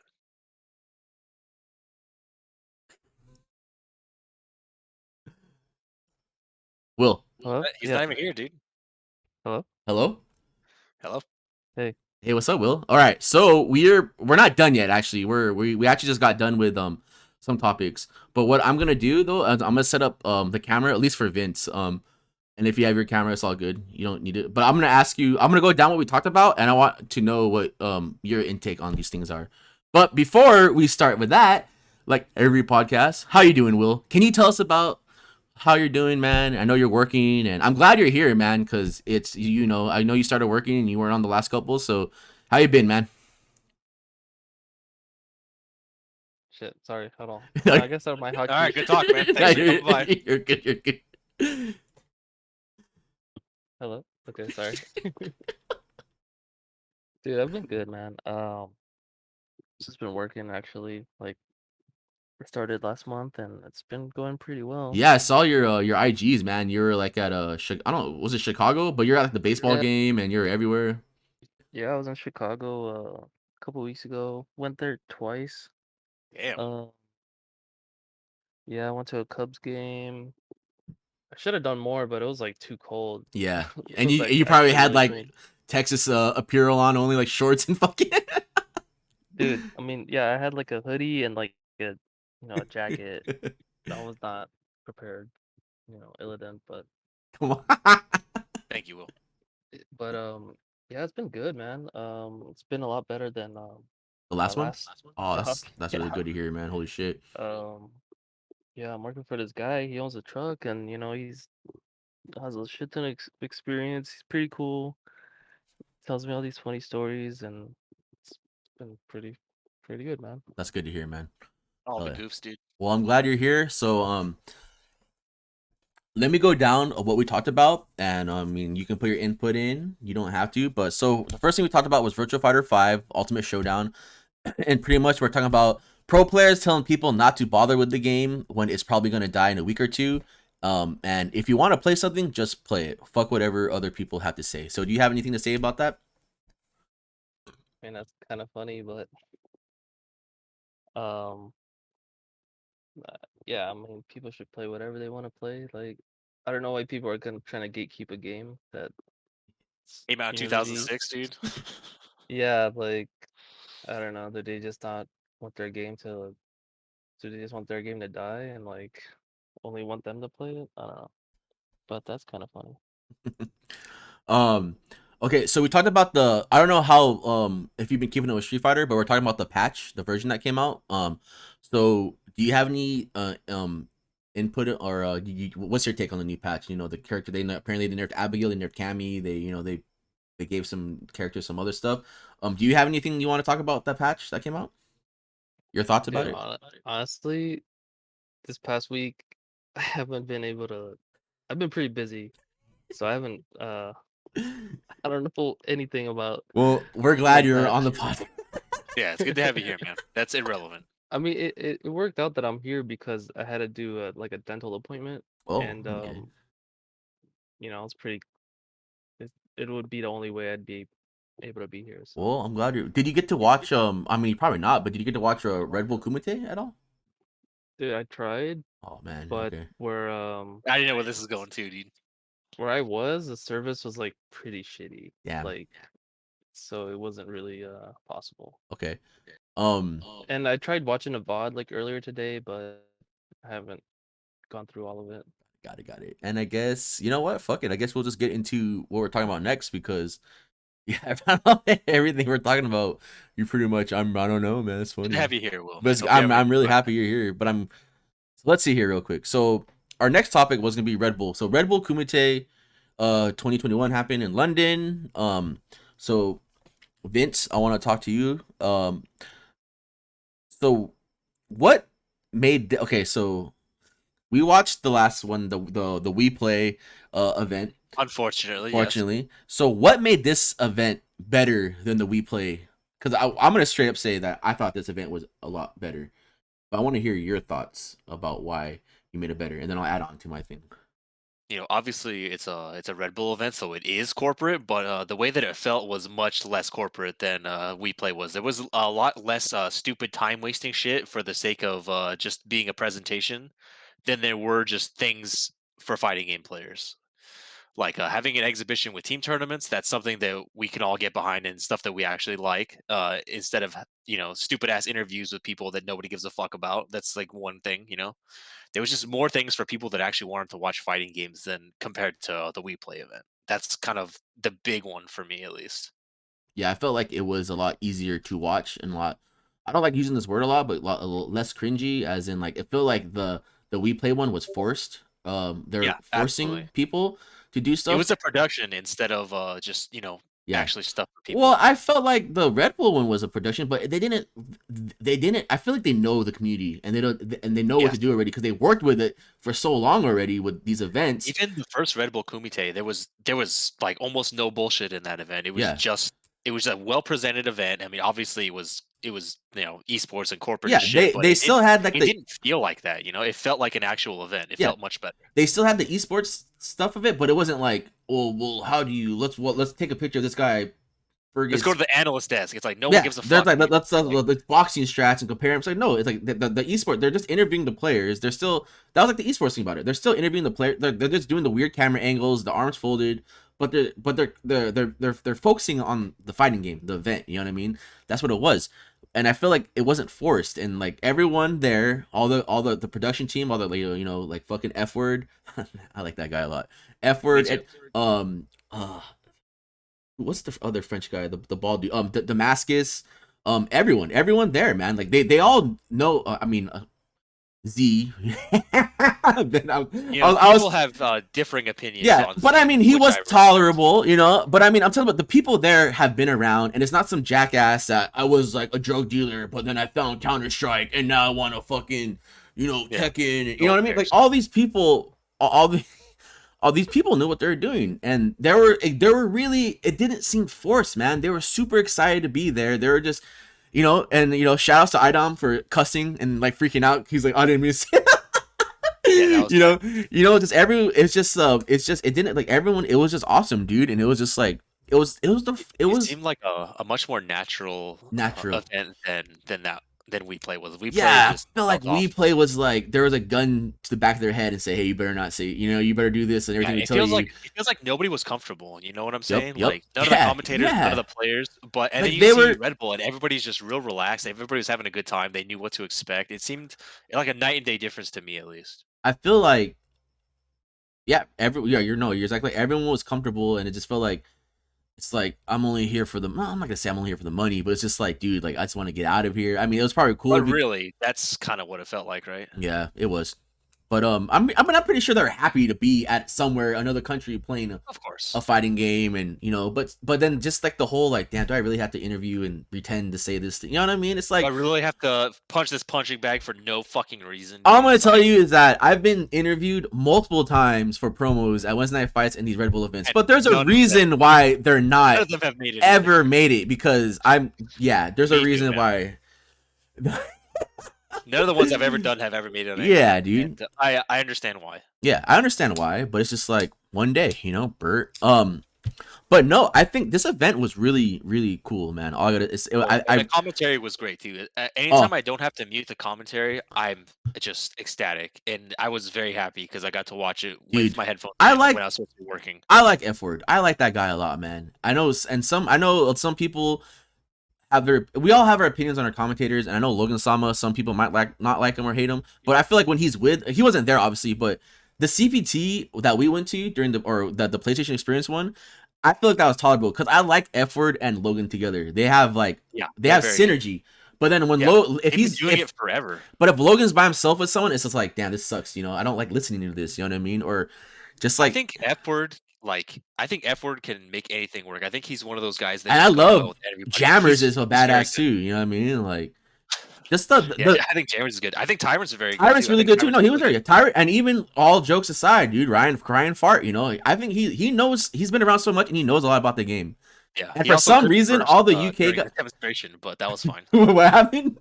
He also didn't know how to burst during the demonstration first drive, but I mean, I'm not gonna hold that. Me and him, have something in common, dude. No, but I was come on, man. no, but seriously, like, it's just like I forgot what I was gonna say now. God damn it, dude. Sorry. It was something with Ryan, but it's just, oh yeah, I don't know why all the UK guys kept shouting you out too, man. Like, holy shit, dude, that shit's so funny. man. That All My Days is like a UK thing, but it's also like, Yeah. Why do they keep asking for me in but chat? it's dude? always like, Weird. god damn it.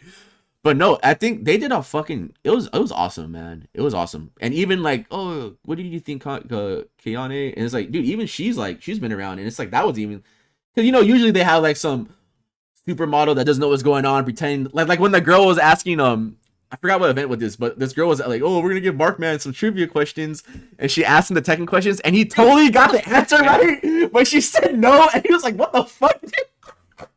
But who's asking for shit like that, dude? but you had that, but Thank it's you. but it's her, and she knows what she's doing. She's been around, and she fucking, it's crazy, man.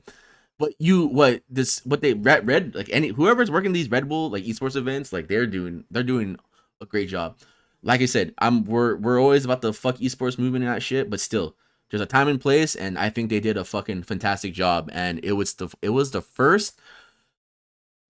Well, I mean, the replay event was first, but I mean, I feel like this was a real. That shit was trash. It was amazing. I mean, it was I thought it was good. It was the matches were awesome. So I'm gonna break it down for you guys if you guys didn't watch it.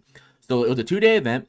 The first day they did guilty. I didn't even know that they were doing guilty because I'm not really. I find out about things slow. I'm a slow learner. I didn't know they were doing Guilty Gear matches, like exhibition matches. Yeah. And not just random people. They were doing legit matches, and every match I saw, I was freaking out. I was like talking to Vince, like, "Oh my god, did you know that this was happening?" But apparently they had a schedule about who's playing. But I didn't know that. But I didn't know it. We're all so good that So exactly, it's cool to find out about them afterwards. So that's why, like, me not knowing, even though they're like the list was up a week in advance, but me finding out, like, holy shit, this is amazing. You know what I mean? So it was like all the matches were sick. I mean, like, you know, Lost Soul versus fucking Leffen, Big Left, and I was like, dude, he came back on him. I mean, like Nage versus Why did they interview Leffen, Fab, dude? dude, yeah, and they interviewed the loser. Like, what the fuck, dude? And then Ogawa versus is it Saidaman or I forgot, I don't know how to say his name, but some Man, Summit, you know, not it's a tough Summit, one. not Summit, but Cyborg. yeah, Chris. He's yeah. But that match Ogawa was played sick. Summit, yeah. All the matches were really, really cool. And then Mr. Crimson blowing up Punk, even though they don't. But all the matches, it was an amazing Samito. Yeah, it was amazing, My man. boy Summit, dude. It was amazing, and I thought it was really cool. I mean, and then they did the breakdown, the little esports breakdown, but it was really cool because they were how do you burst? You know, it was really cool. Yeah, and Ryan Hart could not burst. Dude. It was pretty funny. And then they did the pool. You know, when you think about it, Red Bull Kumite is just a mini kahuna. You know, you get 4 pools of 4 people, and the top 8 of each pool, the 2 people with the highest the good results get put into an 8-man bracket. You know, but it was awesome. I mean, it was really cool too. I mean, that's like the esports thing too. It was like, oh, this is so. But I thought the format was really bad at first, and then I thought about it, and I was like, you know, I'm actually okay. No, with it was okay. So I don't think it was bad. I just think how the top 8 got bad. I thought it was gonna be a top 8 bracket again, like a double in bracket again. Yeah. I understand maybe it's because of the timing and they want to get it done. I'm sure it was. Maybe but if I they mean, done everything in 2 days. Yeah, maybe but it would have been so cool. But still, because then it was like, yeah, Mr. Crimson beat Punk because there was only a single win, but Mr. Crimson could have beat Punk and Punk could have been losers and come back and beat him in grand finals, or the opposite, like Crimson got sent to losers and beats Punk in grand finals. You would never know, now. And we will never know. But still, it was really cool. Like, you know, it's just you have these 16 players from different parts of the world, and they're randomly pick where they're gonna put in. So you don't know what's gonna happen. So you can have you had Bonchan or Taquito in the same fucking pool, and you would think that these 2 guys would make it out, but they didn't. They sure didn't. Then you have all of Europe in one pool. Then you have blah. You know what I mean? It's just anything can happen, and then top 8 happens, and you're like, holy shit!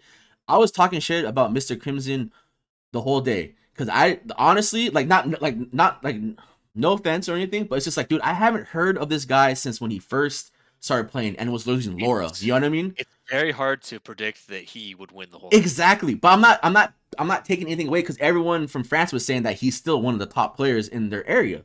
But it's not my fault that another thing is that he kept playing too, even with offline going away and online online only. He kept playing online. That's another big thing. And that's what I would say. Then it's really it's also my fault too that I don't pay attention to the results of the European tournaments where he was getting top 8 and winning these things. The same with Hurricane. I always known about Hurricane because I always watched the Capcom whatever version of the UK thing they had there, and he was always on there, and he beat someone at one tournament one time.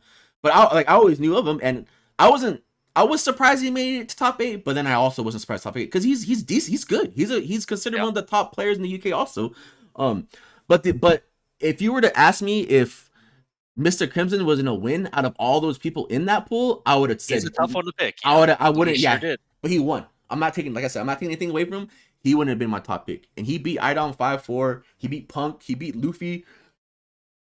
Excuse me. It was just those matches were so insane, and it was beautiful because it was to me the first big Street Fighter offline event.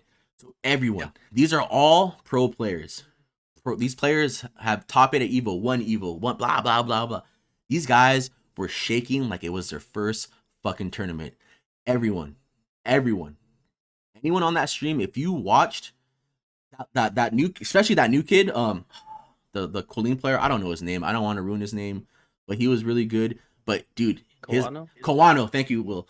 But dude, him shaking his hand, you know, drinking the water, and that shit you know what I mean? And it was like everyone's first tournament all over again. Even Tokido was shaking, Punk was shaking, even Idom was like, this player that I thought was a robot, this guy was shaking. Right. Everyone was shaking. It was amazing because no one wants to lose this first online event. This really big one. They will, and everyone's posting the end. Well, looks like it's back to online. You know what I mean? It's like, imagine being. I'm not to say these are like the top 16 best players of all, but imagine just being these top 16 players flying out to the UK, playing all these other people you haven't seen for years, people that you, man, like, Punk, this is my chance to beat Tokido because he beat me at Evo. You know what I mean? This is my chance to, dude. Problem X, man. I thought that guy was gonna go farther, but he didn't even make it out of the pool either, man. Yeah, this would have been a horrible one to bet on, man. Dude, right? Because my money, I would have betted grand finals on IDOM. You know what I mean? Like, I would have betted on Punk because I've been watching Punk for so long lately. You know what I mean? And then who's also been playing. Been playing a lot, man. And it's just, and then like I said, I've been keeping up with Street Fighter, so I've been watching all these other streams. Like I've been watching Punk stream a lot. I've been watching Smug stream. I've been watching so many streamers. So like, knowing these stories, because like the cool thing about this tournament, there's a lore. There's lore to this tournament. So I totally forgot we had these though. But this was one of my, not Hurricane picking his nose, but boom, this right here. That's guilty gear. But this is probably the sickest thing that happened. And it only happened because Mr. Crimson beat fucking Punk. But this like awkward stare down thing right here was the sickest. And you know that hurt. That hurt. My man gave him a Javi handshake. Dude. He gave him he gave him more than the Javi. He beat him. He popped off. He did the I see you motherfucker. The dude had to come and split him up. But then he tried to go back for the good game. You know what I mean? Like nothing happened. And then Punk gave my man the worst handshake I've ever seen in my life, dude. But it was so fucking sick.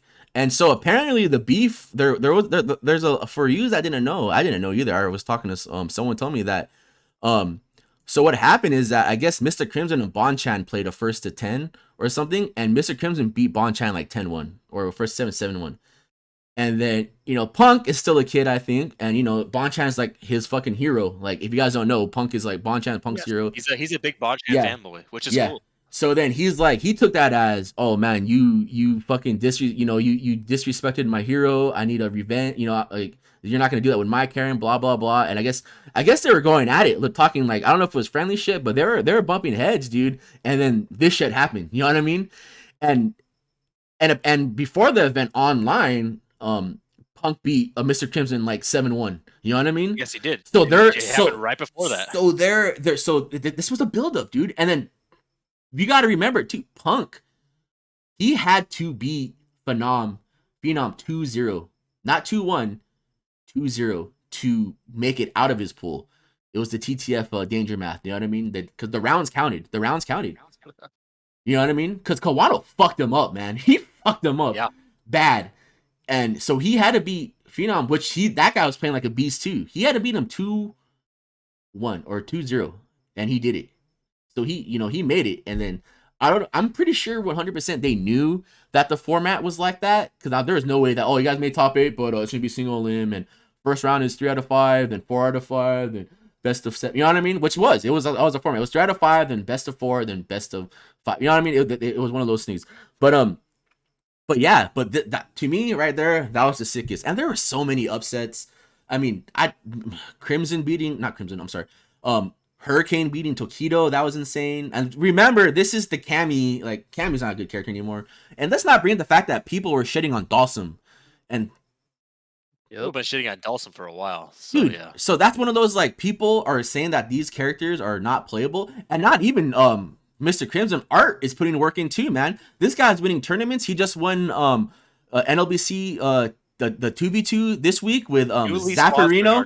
Newly sponsored. That guy is so sick. I'm not gonna lie to you. This guy has no sleep schedule anymore. This dude that's his job. This guy is a robot when it comes to, he falls asleep during some of those streams when but still, this guy's a beast, man. And this guy's putting mad work with Dawson. And I'm not taking away. I mean, what's up, Jesse? You're the main person I'm talking about right now. I was joking. No, I mean, people are still putting work. Tomorrow, man. Dude, Dank, Jesse, I mean, they got their top 8 at CPT qualifier West Coast, you know? I mean, people are still, that's what I'm saying, that there's so many, the people that are saying that their character is dead don't know what the fuck they're talking about half the time. I really believe that. Or even the other people saying that they don't, oh, this character's like, dude, I don't even know who you are, man. Who the fuck are you? These are the same. Removed Steve from the game, dude. These are the same people that you beat at San Diego or some tournament, and I don't know the matchup. Yeah. And then I hear that from everyone. I hear that from fucking everyone. I don't know the matchup. I put my life into Steve, dude. The best one was at it was either Wednesday Night Fights or it was one of those like it was San Diego State tournament. But like Paul was watching me play, and this guy was just he's like, I'm not gonna lose to anyone. I'm gonna beat her, you know. And then like I 2-0'd him. It's like I don't know the matchup, man. It's something I learned. And then Paul just did the he's like he just like laughed at him, dude. I was like, hell yeah, Paul, dude. Paul laughing at people is like the funniest shit. Oh dude. man. But they'll always make me happy, dude. I've seen it a lot at TTF, dude, and it always makes me laugh. But yeah, so I'm sorry. I mean, I got really psyched up because I mean this tournament was a fucking awesome. It was an awesome tournament, and but yeah. So how it worked was it was definitely a sick tournament. Yeah, it was the Guilty Gear matches, and then it was the team tournament. Which what happened with the team tournament? How the teams were pretty much it was a sorting hat. God damn it! It was a sorting hat and a mini Kahuna at once. So basically, you pick random numbers out of a hat. So you're in group A, B, C, D. And that's the group that you're gonna fight the round robin to get out into the main bracket. But the day before is that those 4 people are your teammates, and it was like a single limb. Team A played D, Team B played C, type of deal, and it was really cool too, man. Like everyone's having fun, blah blah blah, and then the next day it was serious mode. Unfortunately, there are players that I never heard about, and those are the players that did pretty much go 0-3 or 3-1 or 1-2. It happens though. It has to happen. Like somebody's got to go 0-2. What's the tournament that happened? It was on TV, and then like Gutex had that fucking Matrix picture and the esports league. That one, because that E-League, because that one I was watching, and the whole time I was thinking, I think I was talking to Gerald. I was like, dude, someone's gonna go like 0-4, dude. Like it has to happen. So some of these players in these brackets have to go home. You know what I mean? Like no one like LPN. Yeah, LPN 07, dude. Wait, can we not say that anymore? Wait, are you gonna? No. What LPN really stands for, dude? Don't say it, dude. Come on. Yeah, you guys know. Remember? Did you hear when Punk went off on LPN? Did you hear about that? With the cross Tekken one, when he made a whole stream about it, dude. Like, oh my god, dude. Dude, Gerald messaged me, and I was like, "Yup, I'm watching this, dude." And we're just in there like, "Geez, he went off on that guy, man. Holy smokes, dude." But yeah, I'm sorry. So if I had to look at this top 8, first place Mr. Crimson, second place Idom, third tied for third Bonchan and Luffy, and then tied for 5th Takamura, Phenom, Hurricane, and Punk. I would have thought that it would be Bonchan and Punk or Bonchan and Idom, man. I would have never thought Mr. Crimson would have pulled this through, man, and he did. And like I said, I'm not talking shit or anything. It's just it would have been hard to put money awesome. It's awesome. And he won. Did it, man. Yanni, she was crying for France, dude, and man, it was an awesome tournament, man. It was an awesome tournament, dude. Yeah, I mean, I really had zero investment in the game, and I loved it. I had a great time watching it. I watched the whole thing, dude. I watched it at work, and when I got home, I went back and rewatched the stuff I missed. So, what does it say about the future of offline events, though? Because obviously invitationals work. But, invitationals will work. Stuff, no, I don't. It's probably going to be a while. That's what I was gonna say. That I think invitationals tournaments small that you can control and you can just invite these pro players. I think it's the only way. I mean, I don't want to get into like a TO talk loop, like a Tsukiyomi loop, but it's just like what. Yeah. What's the future for offline brackets? The only real open bracket events that are even scheduled for this year is going to be Climax of Night, which has capped it like basically instantly, and CEO that we don't know anything about. Well, you have to cap it. You have to. Yeah. Right. It's capped, and it filled to cap, and they said we're opening up like 32 or 60 more spots, and that capped like the next day. Oh, I see it. What I've been thinking about when we're talking about this was just like, who's the first idiot to open an offline tournament? I know that's kind of fucked up, but that's what I was thinking. Like, who's going to be the first idiot? But we need that first idiot. You know what I mean? Climax of Night's going to be the first one, dude. Where's that going to be at? A lot. Who's running that? In Georgia, the same guy that runs it every year, Shinobi. It's basically like the French bread games. It's an anime. Okay, well damn, that's It's gonna be Melty, Uni, Gundam, and whatever else they feel like running. But those are always the 3 big ones. And if Melty Blood is out before that, they'll have an exhibition for it too. Okay, so because like I said, I don't want to get into this loop, but I want to talk about it just really quick, just to get it out there, because I know there are still people asking when TTF's opening doors. 2022. I'm gonna tell you 2022. I don't know when, but it's somewhere that, and it could be longer. Um, there's the There's thing, a lot more besides the pandemic worries yeah, that need to be done but before TTF but can open. I also hope people realize that. but also most likely, we're gonna be checking those vax cards, man, because I don't want to be the place that fucking it all happens again, man. I don't want Yeah, another basically, lockdown. just for reference, Climax and Night has that policy also. It's like Oh, you are they checking just cards? show up. Yeah, show up with that or don't Awesome. show up. And then I don't want to be, because I do have some, family members that are, I don't need to give vax. I have friends that are like that too, but it's just one of those, Yeah. like, business wise, it's like, dude, I don't Show up with care, it or don't. just show back up to your car. Show dude. up or Like, don't. yeah.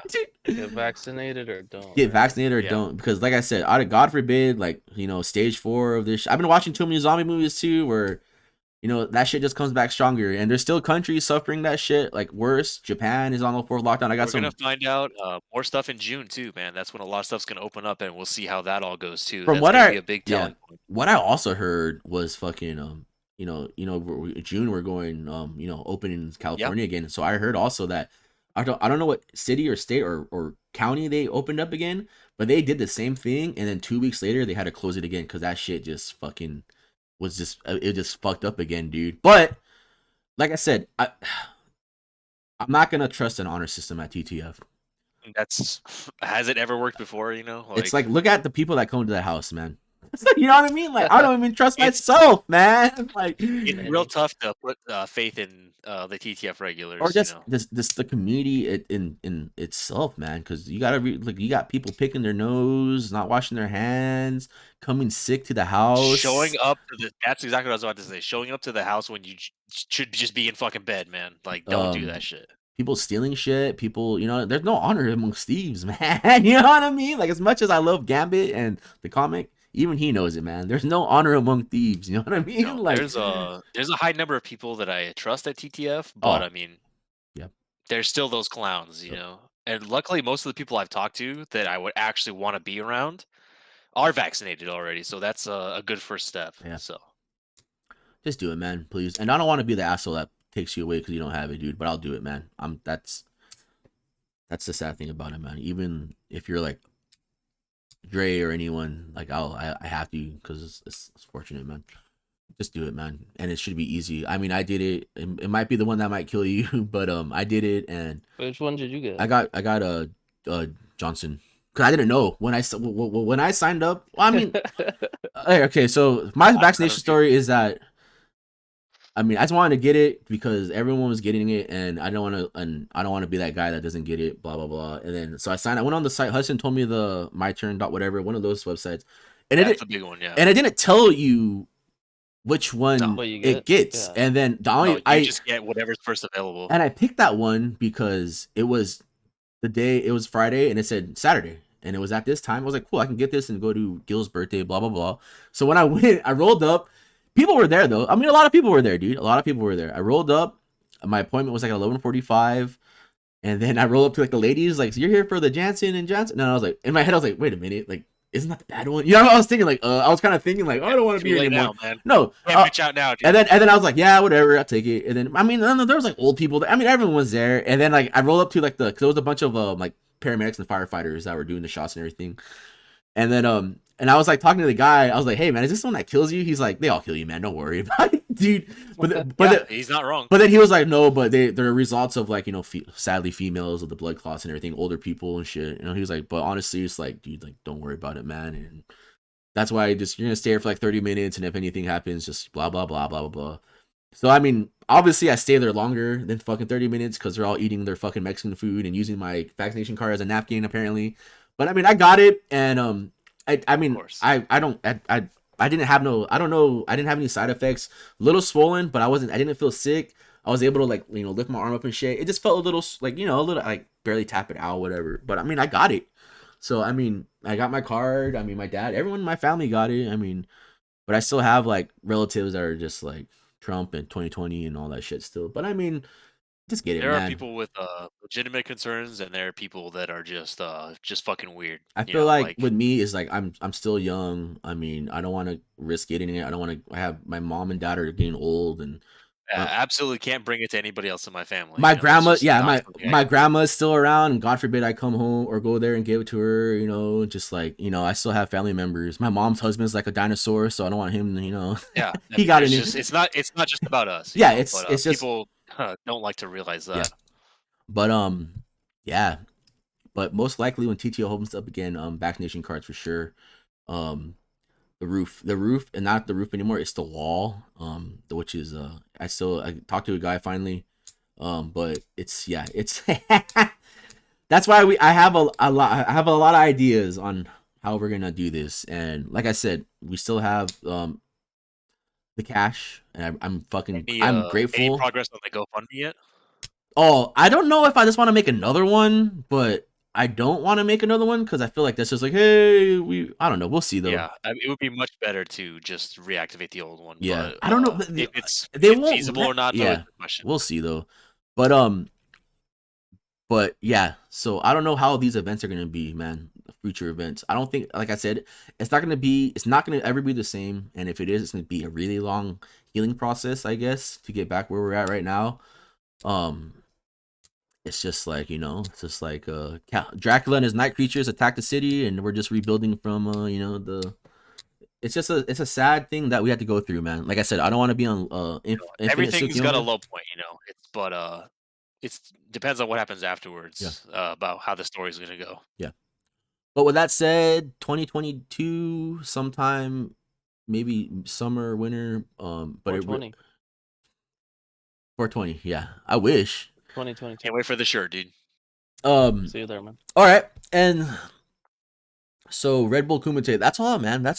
It was a great event, man, and I had fun. It really was, and the very few events that have happened this year have all been really good. Like Frosty Faustings was excellent. This tournament was excellent, and I'm really looking forward to see what happens in November and December with these offline events, if they even happen.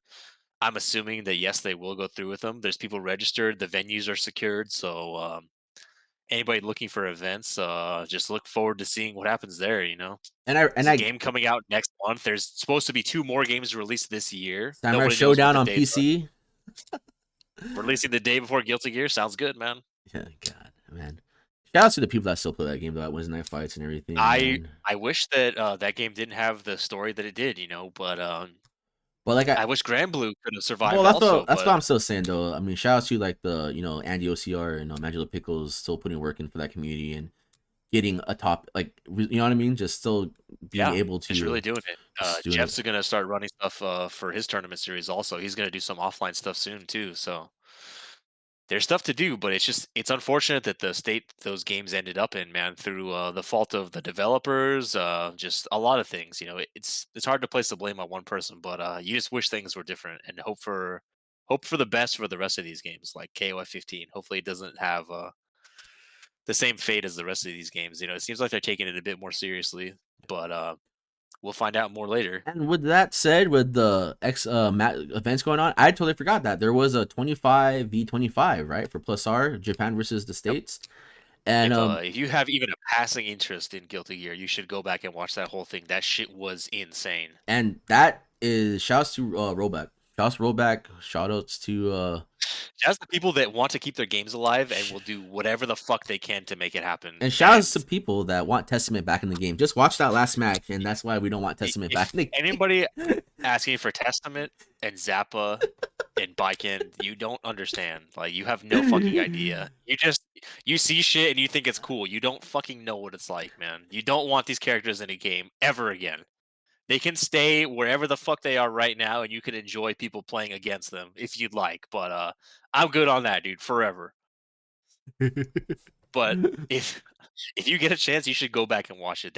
There is so much crazy shit in that. There's people just going on like 10-game win streaks, like all kinds of shit. I like looking at the little chart where it shows the wins and loses, and it's like, look at the matchup chart and like who won and lost the matches. You would never have predicted shit like that. I also like people how go like on big win streaks like that. It was insane. A lot of those big win streaks were ended during mirror matches too. That's what I like too. That was crazy. That's the funniest part about it. All right. Yeah, what a great tournament. Well, I mean, it would have to be a neutered version of him because they're pretty much neutering every character, but still, like, Yeah, you don't want that shit. From what I heard was that what's the character in Grand Blue, the alchemy dude, the one that sets the traps up and shit.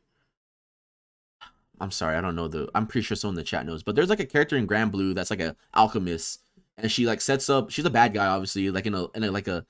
It's like an evil wizard or sorceress in like a fucking. I wish I could remember her name. I'm sorry, but her whole gimmick is like traps around the map. Yeah, and someone way worse than that. And someone was saying that was supposed to be a test run for Testament.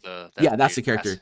But someone was telling me, like, I was probably in Gina's chat or someone's chat. They was talking about how they made that character just to test out if Testament could work in a future Guilty Gear, which... If he sucked that much ass, he'd be fine. Yeah. But, I don't think they would allow that. I think that they would try a little harder than that. Yeah, but who knows, man? I mean, who knows? You never know. You never know. All right, so... I'm interested to see who the 5 characters will be that we're going to get. I think the story mode's going to probably have characters like that in it. We'll probably know, or at least have an idea of who they're going to put in. People are saying Jacko's a pretty strong candidate for it. He died, though, right? Technically, but Arya's back now, so it's technically the same person. So I mean, there's a character model. There's character models for Raven for was her, such Arya. a cool character too, but I don't think the homie was gonna go. You don't want Raven back either. That's another one of those things where it's like, yeah, Raven was cool. The meter thing was just busted, right? Or his like happy, whatever that thing was. Just don't fucking put Raven in another game. No, just set it and forget it. Shit should not exist in Strive, and I don't think they're gonna try to do it. So. Unless he got a complete rework also, I don't think it's going to happen. Yeah, Hudson, I'm sorry. Yeah, the Skeletal Minion guy that plays in Jacob's tournament, he was on a terror streak. And the Digital Watch guy was also in that thing, but he didn't. He lost his first. He lost his first match or two. But that Skeletal Minion guy, he was going crazy. But I think he lost to the mirror match also. Like I said, Skeletal Minion won so many matches. That shit was insane. You know what? I don't remember who said it, but somebody said like outside of the power up mode, he wasn't that scary, but he just became like this unstoppable beast when he activated, and like everybody was scared of him. I was like, "Fuck." That's all the memes now too, with like, "Oh, Abba's a shit garbage character," but when she's the other side with her meme, like, "I'm the fucking best ever." Yeah, you could just die instantly. You know what? It happens. I didn't know because I usually get caught in these Wikipedia vortexes, and I was in the Guilty Gear one because I was just joking around how Kai fucked a dragon and Sin is only like 3, blah blah blah. But anyway, I didn't know that Jacko was one of the sisters, or what's the like Ramen. She was part of that 3, the Elfelt I didn't know that she was one of those 3, and they're all like made from Arya, right, or something, and isn't that or something like that? What's her name? Yeah, basically. And that's supposed to be like Soul's like waifu, right? Yeah. That is the lore. Damn. That is the deep lore. Guilty Gear's so sick, dude. Soul and Kai are probably the cool coolest characters, like, or they're probably my favorite, like, like Ken and Ryu. Like, I think I like Soul and Kai a lot, man. Like, they're... Yeah, a lot of people talk shit about story modes and stuff, but I'm interested to see what it's gonna be like, And also, even I get caught in the vortex of fucking BlazBlue lore, and that shit hurts my head, but I like the whole Ragnar. Yeah, time travel shit, that's when it starts to get messy, and hey, it ended up being pretty cool though. It had a good conclusion. All right. So all right. Anyway, so with that said, great event. Man, that shit was awesome, dude. So another thing that I found out about today is because I was on Twitter and then I saw like, hey, Combo Breaker is doing. Oh, never mind. What happened? As Twitter's usually a bad sign for fighting games, but in no. I was on Twitter and I was like, oh, Combo Breaker is doing like merch. Why the fuck are they doing merch? Blah blah blah. And then I was like, all right, I was looking at the cool merch and everything, but I didn't really read into it. Because I didn't really, I was like, whatever, fuck it. Because I was like, there's no way they're, gonna do an offline event, blah, blah, blah. And then Vince was telling me about this whole Combo Breaker presents Look Alive. And I looked into it, and that shit looks fucking sick. So if you guys don't know what this thing...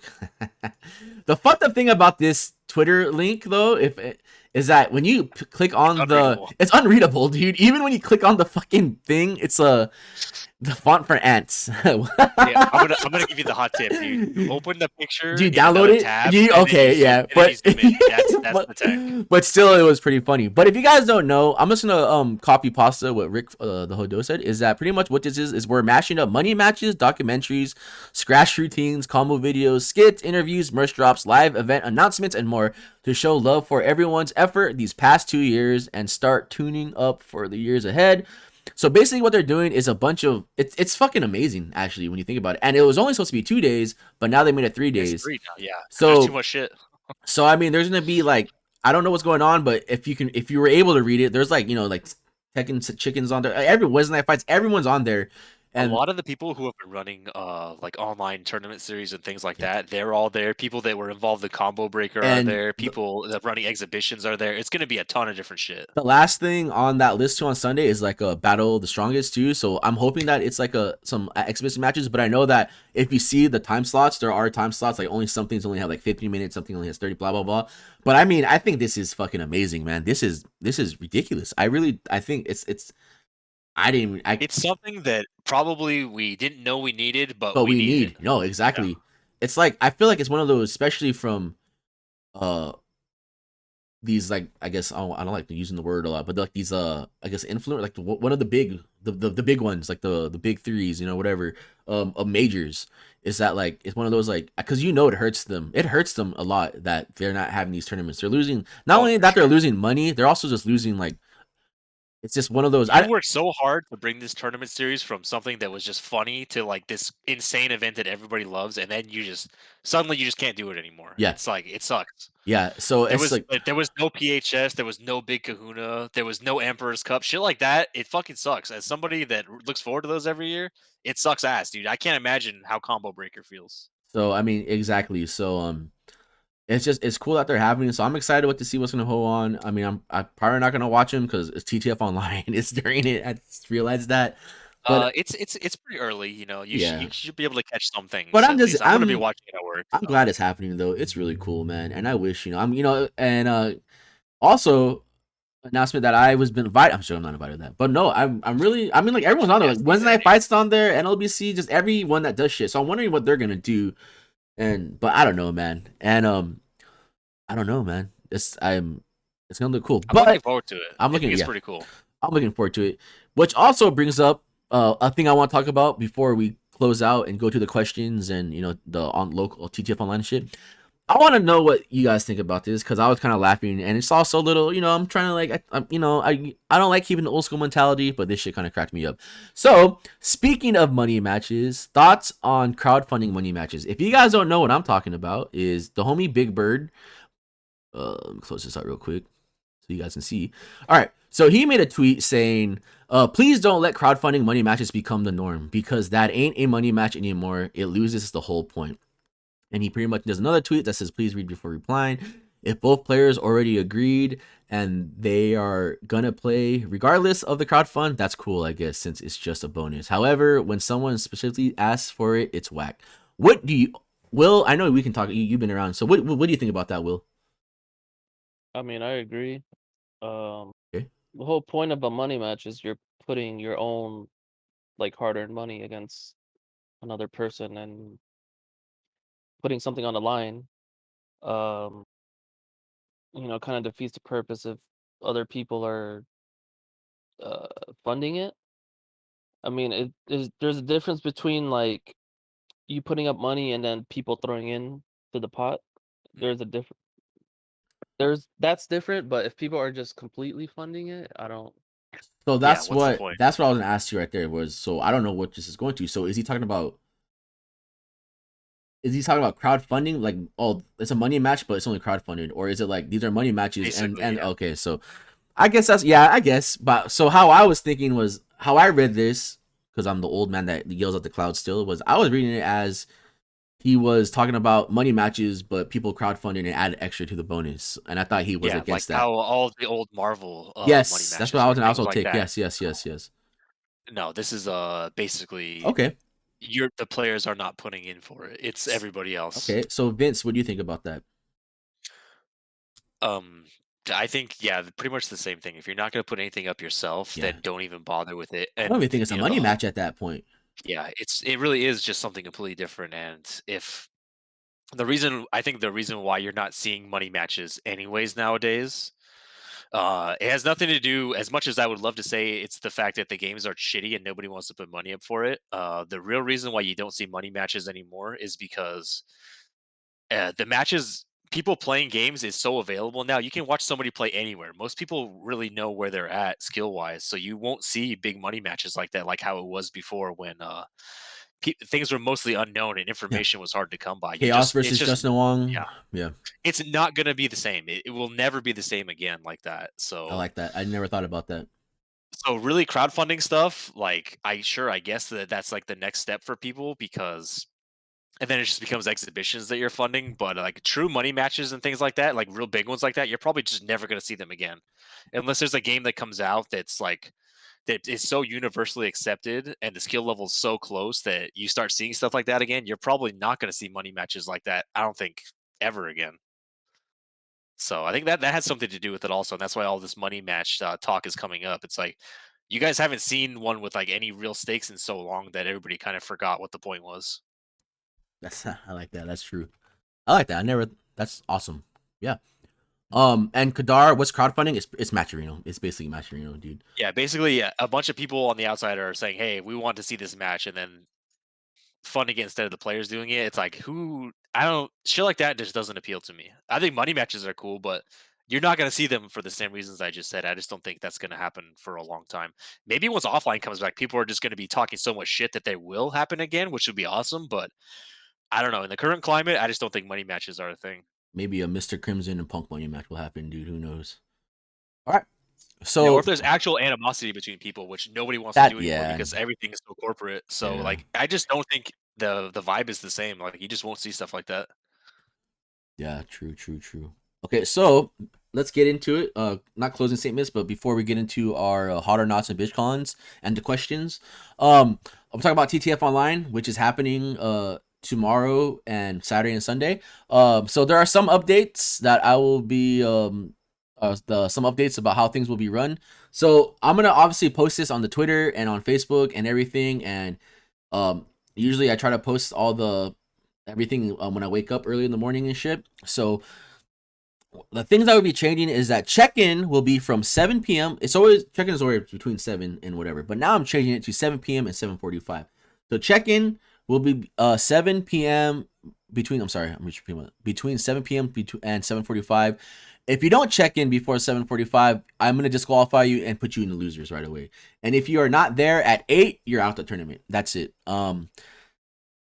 It's just that I like when I see big numbers, 22 people in the bracket, but then 4 are out. I mean, I don't mind losing 4 people because there's still a lot of people. But the thing is that the bracket's already made. So maybe the 2 people that were already in the bracket are on the top, where one guy only has to win 1 match and he's in top 8 already. It's not fair and it's pretty annoying. With that, people have suggested giving a percentage from the Matcherino to help save TTF.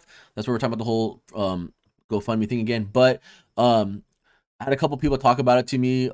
And that apparently that's what if you guys remember who Rod was from New York, he used to come here a couple times, but he's also like one of the top NLBC guys over there. Not top, but he plays there a lot, or he's also like on, you see him on Bums stream a lot too. But anyway, he was talking about how I guess that, and what I found out that is that Next Level does with their tournaments basically to save Next Level. So pretty much they do like out of the Matcherino, like 25% of it goes to Next Level.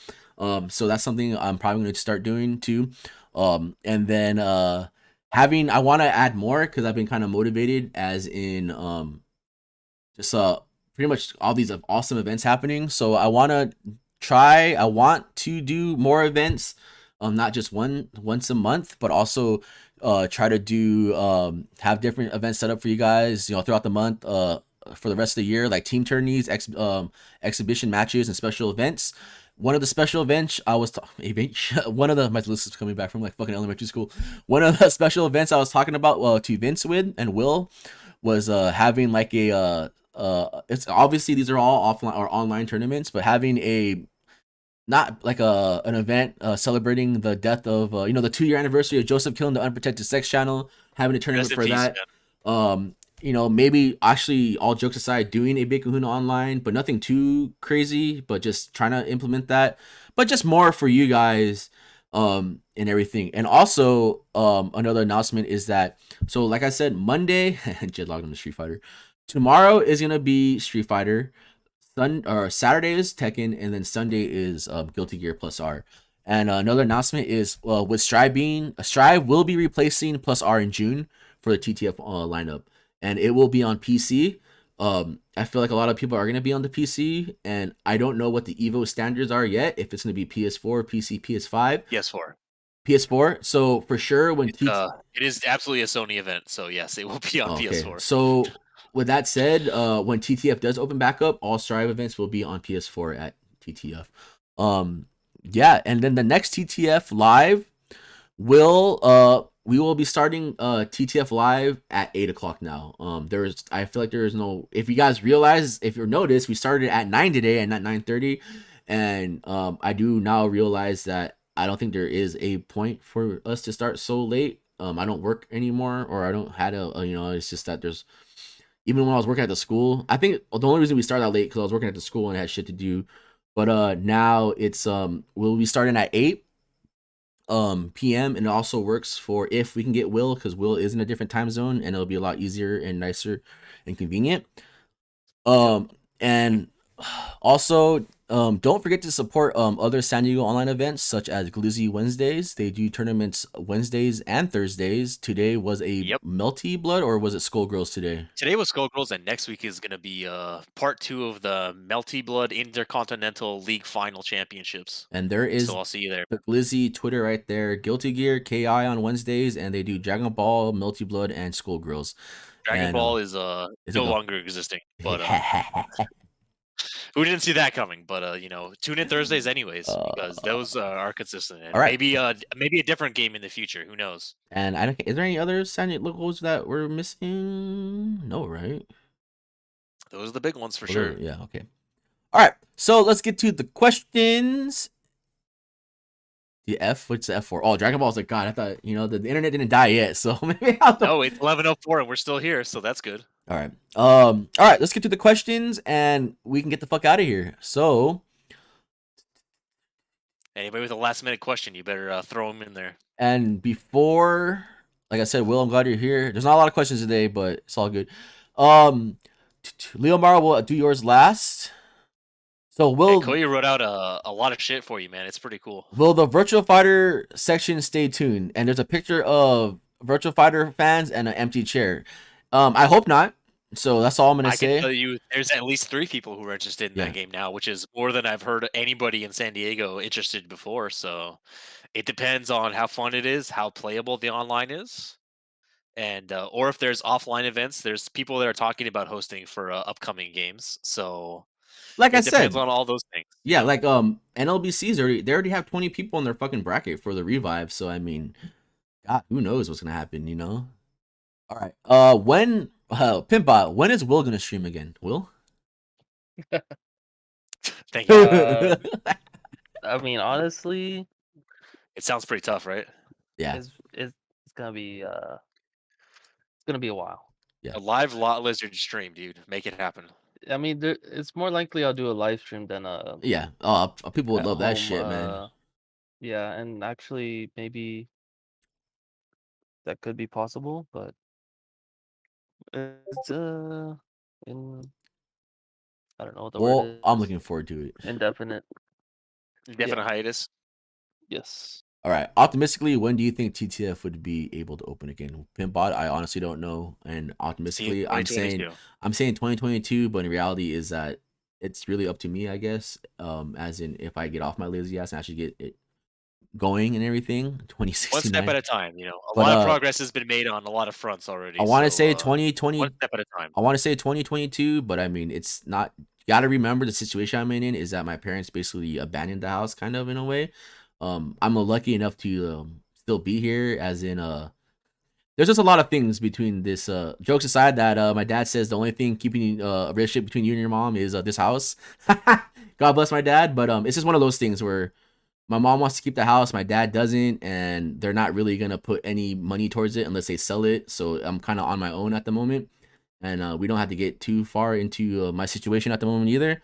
But hopefully But so I mean, it's, like I said, it's not or how Vince said, it's not nothing to do with the pandemic, but it's basically having the house in a safe condition for you guys. A little bit of both. I'm pretty sure I've been living in at Mother Miranda's mold factory anyway for a while too, so I'm pretty sure the the fucking mold have taken over the living room and all that shit. But But when it opens, man. So hopefully we can. The garage is also something I want to open up too, and I'm just laughing because Josh said something about that. I've been waiting for that shit to open since 2009, man. The garage is pretty big, dude. That's all I gotta say. Now that more of the TTF fam is getting into working, god damn it, this is true though. Now that more of the TTF fam is getting into working out and being healthy and stuff, when are we building a gym in the garage? Would shirts be optional? How loud can we play freestyle music in Eurobeat until the cops called us? To be 100% honest with you, my dad has always joked about making the garage a gym, and if I would want to have a gym, or like maybe just like a Bowflex or something, but that would totally be a thing, man. I mean, if I got that much into this fitness revolution that I've been on at the moment, I haven't like did any heavy lifting, but like I know 2 months, June 5th will be 2 months of me not having like I've been I quit soda, so like June, like that'd be 2 months of like eating clean and not drinking shit. And sadly, I just started working out, but not when I say working out, just walking every other day, walking around an hour around the park. Everything helps, man. But yeah, I mean, I just feel like shit, and I wanted to better myself, man, because like I said, when I first started working, I lost a lot of weight. I was like, when I first started working, I was like at 330, and I was just like, dude, this is the fucking fattest I've ever been, and it sucks, man. Like it got to the point where my shirts weren't fitting anymore, and it kind of sucked, man. So that's always the worst. And then when you can just see it like that, shit. And then I started working, and then it was the first month was really tough, especially not having shoes and just being unhealthy and a piece of shit. Like, I mean, I'm pretty sure the only reason my days went 10 hours is because dude, there was days where, especially like the Encinitas and like La Jolla, these houses have like 20,000 stairs to get to the front door. I was dying in one house, dude. Like I would have to take a 30-minute break like after I dropped off the package, because dude, it was horrible. And then I lost, like, no lie, I was at 330, and then I was at 275, man, and I was feeling good. And then I quit my job because of the dog incident, and then I went back from 275 to 318, and again I was just starting to feel like shit again, and it was like, dude, this sucks, man. So I have it on my wall. So from when I started, I weighed at 318, and right now I'm at 304. So I mean, it's progress, dude. So I mean, we're getting something. And how long, dude? Only freestyle in Eurobeat, man. So if you hear my stream, it's gonna be only freestyle in Eurobeat, man. Anybody that's been to TTF before and heard the surrounding music in the area knows that we could probably play that shit pretty fucking loud, and we wouldn't get the cops called on us. So the good news of that story is probably as loud as you want. Yeah. All right, so Mayo, as San Diego Fighting Games resident Pokemon biologist, I would like to submit for your review a proposal for Lord Beware to be the unofficial official Pokemon mascot of TTF. Please hear me out, or I will pick Shiva at TTF and all that. Oh man, that poor girl, dude. I know who Beware is for sure. Big body, fighting type, known as a strong arm Pokemon, dangerous, but lots to love. Hell yeah, dude. Attached is a video of Beware jumping out of fucking passenger jet rock. You know, my favorite, for some reason, I was Leomar linked when Guzzlord is screaming, because it was just like they just hired some guy, screaming. Yeah, and then after that was just a guy. And then I don't who's the bug that's like fucking ripped. It's like swole. I don't know. There's just like this bug, Buzzwall, and then it was him and Beware, and they were doing like a fucking like a flex off. That show was pretty sick, dude. But yeah. You know, if TTF already didn't have an official unofficial Pokemon, I would say that would be fine. But Garbodor's been holding it down for years. Yeah, Garbodor was pretty much the mascot of TTF. You're gonna have to have Beware dethrone Garbodor, but if Beware can do it, and I think he could, then he'll become the official unofficial mascot.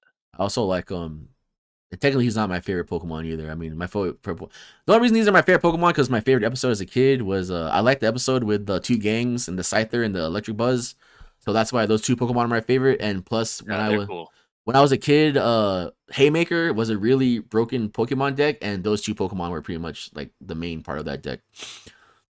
I know those are like old school Pokemon, but I don't know. I don't really know that much new gen shit. But for sure, first gen Muck. Goddamn it, Drake, not Muck. Electric Buzz and Scyther are probably the two sickest Pokemon, I think. But yeah, man. Favorite moments is TTF favorite moments? Okay, I'm guessing that was in TTF history. Go. There's too many, man. I can name a couple, and I mean every like I said, I don't like being the guy that holds on to the Letterman jacket, but Vanilla Street Fighter 4 was it was something new every Sunday, and it was pretty crazy. So it could have been from someone finally beating Kenai in the tournament, one of the someone small, like a hometown hero, like or one of the PH boys, like Legati or someone winning against Kenai or someone. um Kenai playing in 2v2 and getting Gene to play, because back in the day the vanilla tournaments, he got Gene to come out and play, so that was always cool.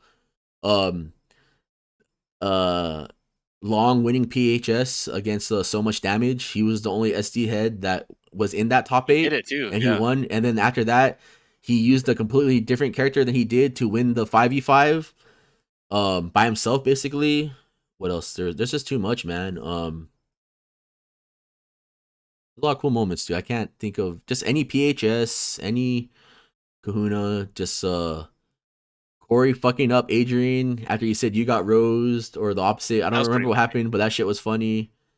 Even the small moments, to Bale fucking up X, in the low roller, Vince winning a low roller apparently, Vince beating and you laughed about it, dude. Vince beating Chad, Vince beating anyone in those like tournaments was always like ridiculously like funny.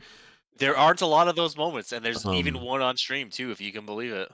Emperor's Cup when Sean wasn't there, and fucking Grand Finals of Emperor's Cup. That's one of my favorites. Me and Rico joking, me and Rico making Gerald the Emperor during that tournament, and then all the jokes are coming out with Vince. I'm glad you're back, but just a lot of. There's too many, man. I mean, OFC coming out finally, and really those saving big early us. days of commentary during those events were some of the most fun I've had, like hands down. I would love to run that back sometime. That's the hardest part I think about doing commentary now is I just have zero attachment to any of these games, but I like the community, and I just love talking shit about stuff. So that's why I'm there. But favorite moments for me, TTF wise, was good tournaments like that. Where I could really just enjoy the commentary and just have fun with everybody. Stuff like that, I miss a lot. Double perfect many hair suck, that's.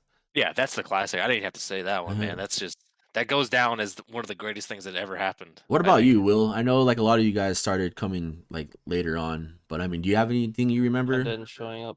I mean, Emperor's Cup. Yeah, I mean, honestly, Emperor's Cup was pretty awesome. Dude, no, it was. I mean, that I remember one stream, dude. I was like waiting for someone. I just ended up watching the whole Emperor's Cup, and just like everyone was just like, "What's going on, dude?" They're all about. Oh man. Yeah, because I mean, for me personally, like Alexis, Manny, and Ilya aren't people I would usually beat, and I did, and Sean didn't, which makes it even funnier. Sean did so much work, dude. Yeah, Sean's Relento, dude. I mean, he tried. I don't know. Did he, dude? If he would have tried, do you think he would have picked? Do you think it would have been a different story if he picked Sakura? 100%. Yes, but he sure didn't. That's like any tournament though, right? Like, would it be a different story if so and so? Dude, what I want to say too is that you and Toki will always be my favorite commentary, because even Toki knows what he's talking about. Unfortunately, you know what I mean. And he just he does. He gets it. He understands. Yeah, and I think Toki. I don't know why people think me and Vince have like synergy, but Toki and Vince it was always awesome to like.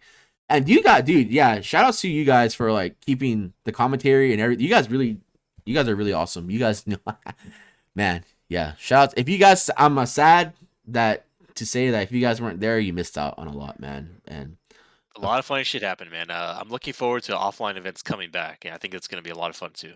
All right. So this one's for Gil. When is Blake Snell or Will Myers going to be a guest on the podcast? Do they play Street Fighter or Tekken? I don't know, man. Are they porn stars? No, they're Padre players. They're Padres. So are they porn stars or not? Maybe. I don't know. Who knows, dude? They're not going to be on the podcast if they're not. Okay, they're not. All right, Southpaw Rock. Jesus Christ, what did you write here, brother? Oh, he finally typed it. Dude, it's an essay too, man. I would like to host and Windjammers tournament. I would like to host and Windjammers tournaments at TTF when it's time to do offline events. And in preparation for coming months, who will be interested in learning the game? The game is actually a very simple game to learn, but hard to master. Just two buttons and a joystick are used. That's it. And a lot of things such as mind games, mix-ups, tactics, and strategy come from playing fighting games. I'm retarded. So that word right there. Take your time. When playing, It's even applicable. applicable That's what you're when looking for. playing, even though Not it's not applicable. not cool. Like playing a fighting It game. doesn't say Apple, dude. This is so much, dude. Actually, it's not a fighting game at all. God damn it. Okay, in the end, I'm gonna say yes, Southpaw Rock. You are more than welcome to do Windjammer events if people are interested. I'm 100% not kidding either. Yeah, So I'm fully in support of that. And another thing also is if you're looking to do stuff, you might be able to do stuff. On bro, some of all the you off had to days. ask if anyone just wanted. Yes. Yeah. I think you could get that going for sure. Even like on off Thursdays or Fridays and things like that, since there's not a lot of stuff going on besides the glizzy stuff on Thursdays. I think that you can make it happen. I think he said when that, offline comes back though. But yeah, if you're looking to do stuff beforehand in preparation for offline, when who knows when that's going to be? Yeah, I think people could get behind it for sure. Yeah. People are hungry for games right now, man. Yeah. Golan Leomar almost forgot to ask if you were. That, dude. Always write an essay, dude. Make Cody read it, dude. I think you should write more next time. Justin's playing Warzone with Ian. That shit cracks me up. Okay, Leomar almost forgot to ask if you were to have a ghost AI for any game that you could practice with, what player would the ghost AI be? If I was playing Street Fighter, I would want the ghost AI to be Daigo. That's a good one. Okay. Bert. I'm joking. I don't know. That's a good question. Who do you think the best Street Fighter? I would say Punk, because I feel like that he is probably the best player right now, even though he lost the Bull Kumite. But he also has a wide. He uses a lot of characters, so maybe if that Ghost can use all the characters, but I feel that'd be good. Tekken, maybe. Dude, if it was Tekken, probably like fucking like Knee or like Ash, Arslan Ash, dude, for sure. Yeah, to play. those two are like the instant picks. I think. Yeah. I think that they could play almost everybody. So Yeah. I think that would be like a really safe one. Those are my two. I know you probably only pick one, but yeah, Vince, what would you pick? Yeah, pretty much echo the same thing for Tekken. For Street Fighter. Like if it's all Street Fighters and stuff like that, yeah, I guess I would have to pick somebody like Daigo, which is pretty funny. But that guy has been playing forever, and he's plays multiple characters in those games, depending on how good they are. So chances are he's probably going to play a pretty good character. So that would be a good ghost for that. As far as other games, though, that becomes more complicated because some of those other games are more character specific stuff. So that's a tough one. I don't really know how to answer that for other games. I can tell you the right answer. Go ahead, Will. It's Tokido, man. Yeah, he's known to pick pretty cheap ass characters too. And he can play multiple games, like. Yeah, beforehand I would say so. Yeah. Yes, but, in the past. Sponsored life, Street Fighter 5, Duty Fighter 5. Most people don't play other games anymore because they're actually just not allowed to. That's pretty fucked up. Well, makes me sad. If it came down to it, I'm sure he could.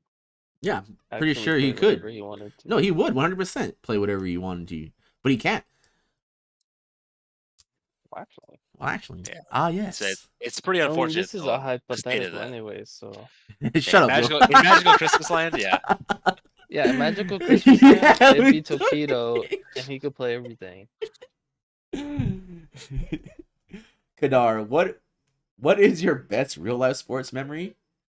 Okay, so my mom put me in a raffle for a Sears thing, and the winners won tickets to a Charger game, a jersey, and you got to go on the field and take pictures with cheerleaders and That's see the pretty team. cool. And I won. I fucking won. And I got a Seau jersey. This is during that time, and Scammed? What? Or sorry, I meant rigged. Yeah, it was rigged, scammed. Yeah. So I got to see like Natron Mean, Seaus, and I guess it was. I think they still lost. It was against like the 49ers. I think it was that time they it wasn't the Super Bowl, but yeah. I have a picture somewhere with me and the cheerleaders. It was pretty cool, man. My dad has it somewhere with the fucking. I also and I didn't know who he was because I was like a kid. But we went on my cousin used to live on in Vegas. My cousins and my uncle and everything. So we went to Vegas. We'd go there like once a year, like for a vacation during when I was off of school and shit. And my dad's like, "Hey, ask that guy for an autograph." And I was like, "Okay." I don't know who he was, but it was Magic Johnson. So we also have an autograph of Magic Johnson. I mean, obviously my dad has his shit though, but I mean, yeah, those are pretty two cool memories. And there's actually a lot of funny like sports memory wise. Another funny one is since younger days, we're fucking deviants. We would go to downtown a lot every Friday or Saturday and just get fucked up. So this is my friend Fernand and his wife Camille, they went to SCSU and they're like all about like the basketball team. So we were like downtown and then he was talking to someone and he was like, "Hey, blah blah blah," and apparently it was a Kawhi. Is that his name? The guy, the Clippers dude, right? I guess because he played for SDSU and he was there, so I saw him. And that was pretty cool. But this is before, I mean, obviously they said, dude, he's like one of the best players on the team, blah blah blah. So, I mean, there's like a lot of funny things like that, and I guess for my dad too, because my dad like never let shit go. He LT went to LaDainian Thomas went to his work one day, and he got a picture with him, and it's a pretty funny picture. It's like a handshake. It's like the office moment. But my dad, my dad's always like, "Yo, me and LT in this picture," and I was like, "God damn it, dude!" Like. He's like all about that one time he met like LaDainian Thompson, but letting it go. Yeah, but my dad's like a really big he's like the only like a really big sports guy, but yeah, it's funny, dude. I mean, there's like I remember that's a lot of when you think about it. I remember in third grade we had like a career day, and then our teacher knew one of the Padres bullpen lineup guy, and he came to talk to us. There's actually a lot of shit, man. It's crazy. I don't know, but yeah, but for sure the Chargers thing going on the field and the cheerleaders and all that shit. That shit was pretty cool. But yeah, Vince, Will, I know Vince. Dude, What's up, Will? those were pretty good, man. Like I don't know Yeah, how it's I not can bad. even. I mean, there's one time I got to do when I was in the Marines, I got to do the flag thing Nice. at a Chargers game. Uh, and then I went to a baseball game, Anaheim versus Washington, and the guy threw me the ball, and I Is caught that it. real? That's sick, dude. Yeah, we were That's pretty because tight. we got we got there after the game started, and we got pretty good seats, and then there was like no one behind the dugout, so we just moved down there, and between the innings we got their attention. We're like, "Hey, yo!" And they threw us a ball. That's Me and my sick. friend. Yeah, so Also, I know another funny thing though. Dre will know, or like if you guys know, there's like a park across our street. Man, I'm sorry, this is funny. So there's the recreation. A guy that used to work there pretty much was our me and Dre's flag football coach, and he was like a friend of my dad and shit. And his name was Mitch, and he played for the Cubs, and I didn't know that. But also it was funny, now that I realized that the stories that him and my dad were talking about, they pretty much hanged out at the same clubs and hanged around the same girls too, and did the same sort of white substance, but it's just funny If you know, that you know. if you know, you know what I mean. But yeah, it's like that guy, he was sick too, the homie Mitch, man. And Ken Shamrock, I saw him at the park. His kid played little league across the street. That shit was funny. That's pretty funny. If you guys know who Mike Odom is, I remember we were still kids, and he was really into wrestling. He's like, "Oh, it's Ken Shamrock," and he was like afraid to talk to him. I was like, "What's he gonna do? Fucking like lines kill you, dude?" Dude. Come Yeah, on, man. dude. But he was. Talk to him, dude. But then I He's guess probably cool. but yeah, he was there watching his kid like little league, and I don't think that many people knew who he was except for a couple, all the nerds and shit. But yeah, it's funny. A lot happens in this. Antonio Gates used to go to the Ralphs too. Once in a while, he would walk into the Ralphs, and then my favorite like starry eye moment though with Legade, that and it wasn't even like a player, was that I also K Sexy, well if you're in here, West Coast Warzone, when we blocked Kobe's car in, rest in peace, dude, in the IHOP, dude, that shit was pretty funny. Yeah, Antonio Gates would Story, dude. he I saw him a couple, like at least once or twice, and even at the mall. But no, Legade Jim Lee came into his store and then he got all starry eyed, dude. Then that's the coolest, dude. Like there, anytime we were joking, like, damn, the guy could have saw Kobe and just didn't flinch, but he saw Jim Lee and he didn't know what to do. Dude, that was like the coolest thing, dude. It's different, man. You block that. That's the story, dude. We all went to eat at That's the whole IHOP story. after a tournament, and I was driving and I stopped and a car was trying to back out, dude, and it was Kobe's car, man. And it was funny because that picture, there's a pic like if you see the old picture, it was like Busta Bust, Combo Jack, and Durlap, like it was pretty cool because like a lot of the players were getting pictures with him, dude. I mean, this was a long time ago too, man. It's actually pretty cool when you think about it, man. But yeah, it's crazy. R.I.P. man. RIP, yeah, fuck, man. Vince, do you have any cool sports stories, dude? Not a big sports guy, but the only one that I had any fun doing was one time me and Rico went up to Anaheim Nice. to go catch this live MMA event, and that Oh shit hell was yeah. fucking crazy. I think he It talked was about that. yeah, Yeah. it was an affliction event, and they only ran like two of them. And we're Yeah. like, we got to go to this shit because this shit's gonna fold for sure. Like, there's no way this is gonna last. And they had they're like super super legit people there. It ended up being like super tight. There was just knockouts left and right, a lot of good submissions and things like that. And for some fucking reason, I don't know why, Megadeth was there and they played like a 3-song set. I What have the hell? no fucking idea why, but they did, and That sounds that cool. event ended up being fucking tight, dude. I had a great time on that shit. I think I Rico wish we talked could have about that on gone his to another podcast, one. dude. Yeah.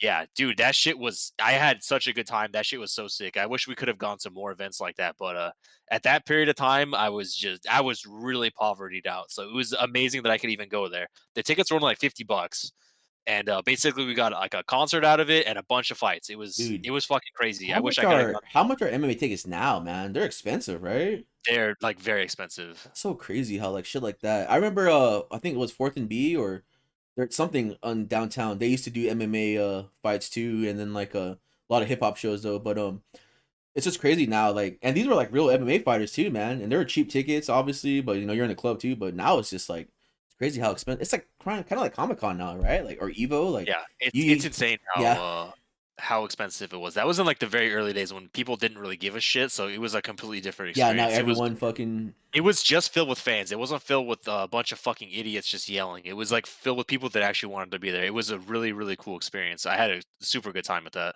that's awesome. You guys know there's a 49ers hat in Vince's closet, dude. So you know. It's not in there, dude. That's somebody else's, dude. That's yours. All right, so I think we don't have that many left. Let's see here. All right, Jacob, did you guys see the okay? Did you guys see the U.S. Versus Japan 25 versus 25 and plus R? A lot of discussion about that ended up being about how much smaller the gap between NA versus JP got.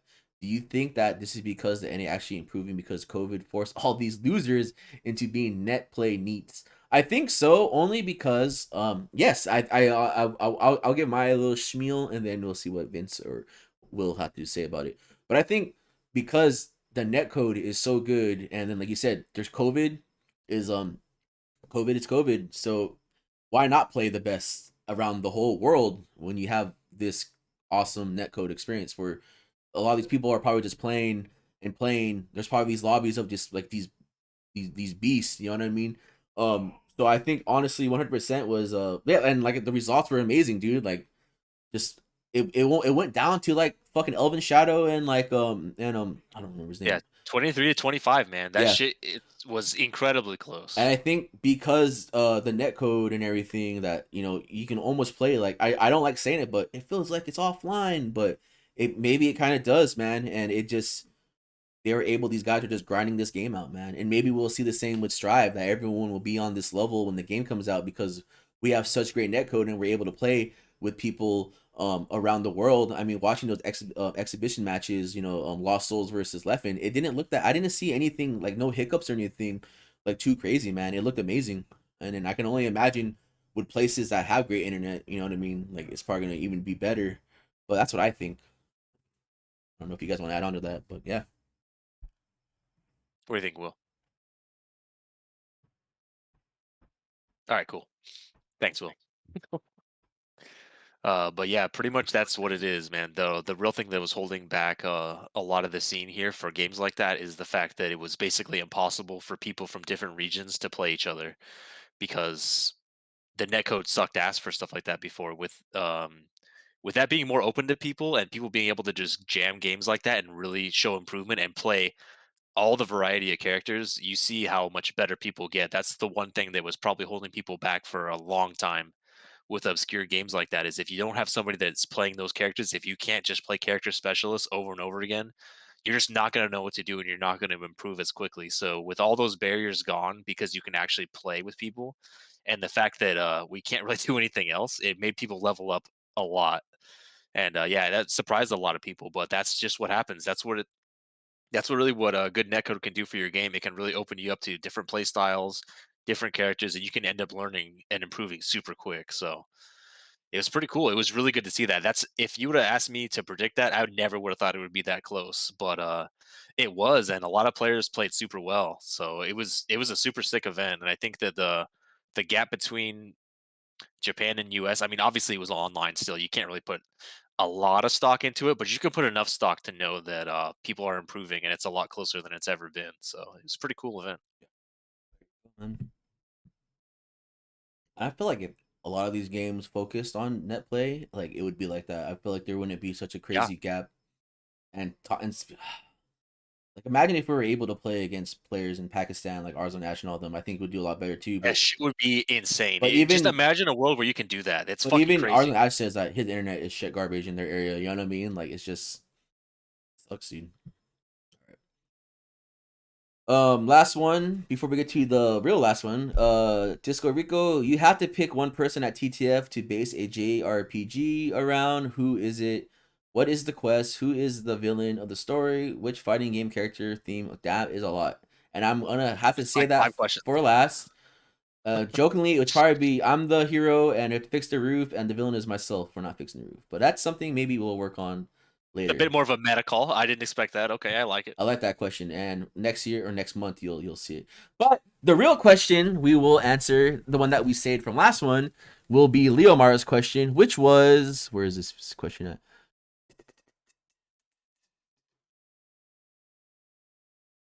Okay, question for the next podcast: Apex Legends TTF edition. Who are the legends and what are their abilities? Okay, so what I this is like a one page I wrote up. This is pretty funny.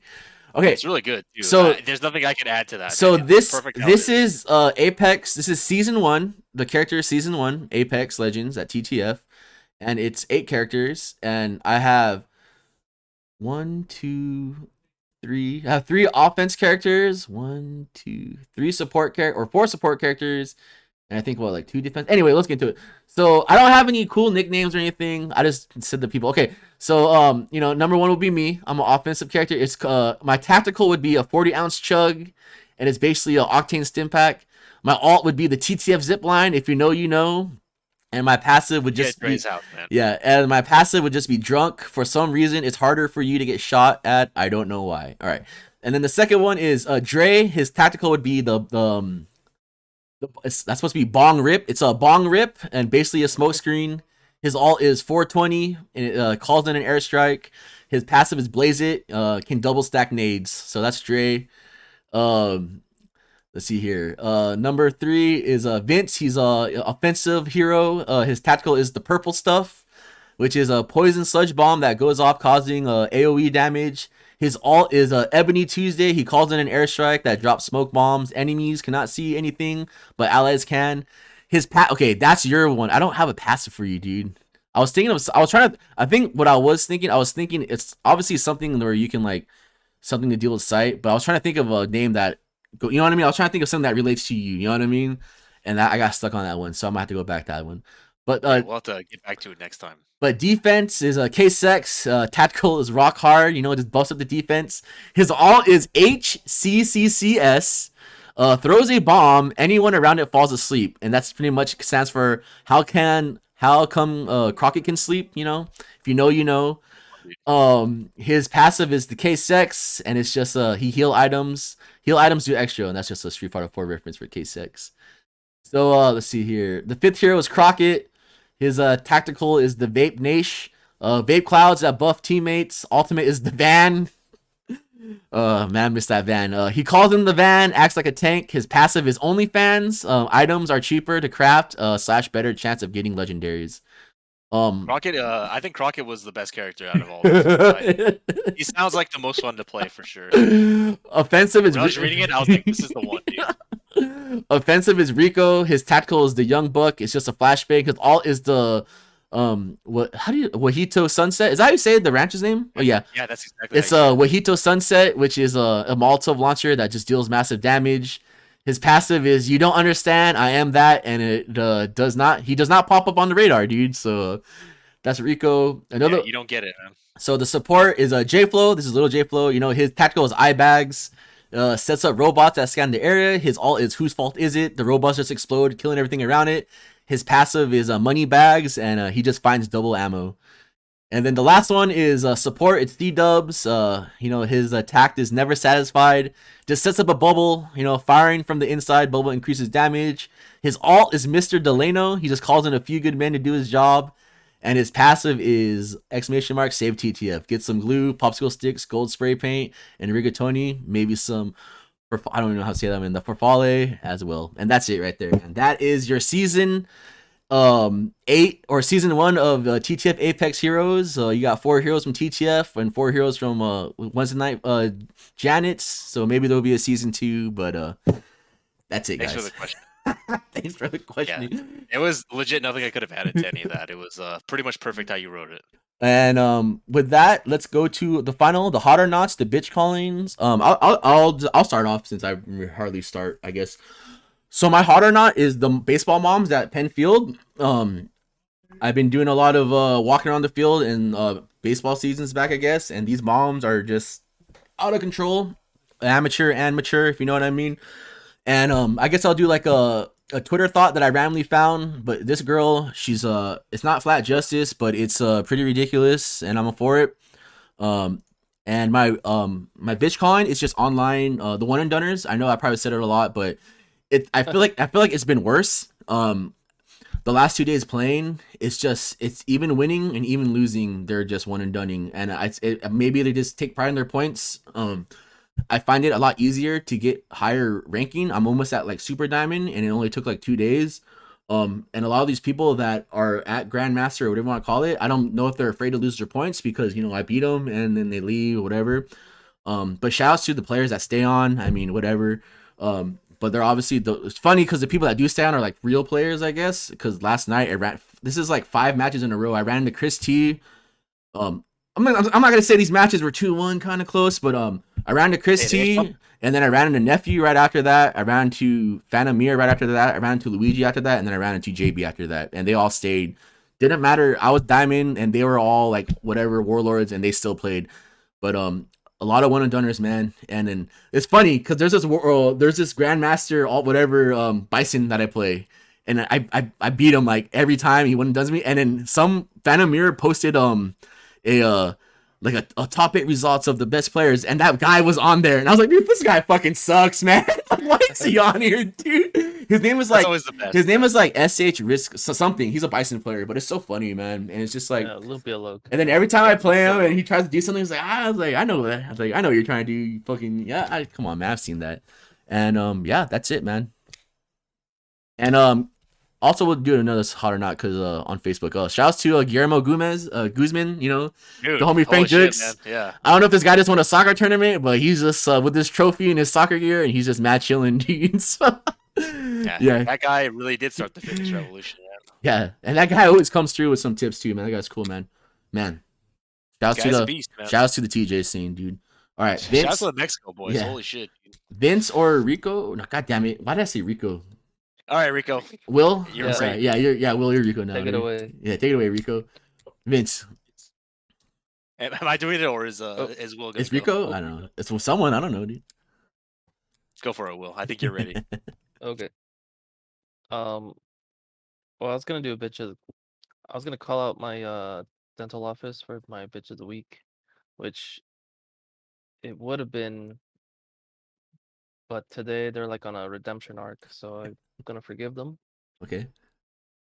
And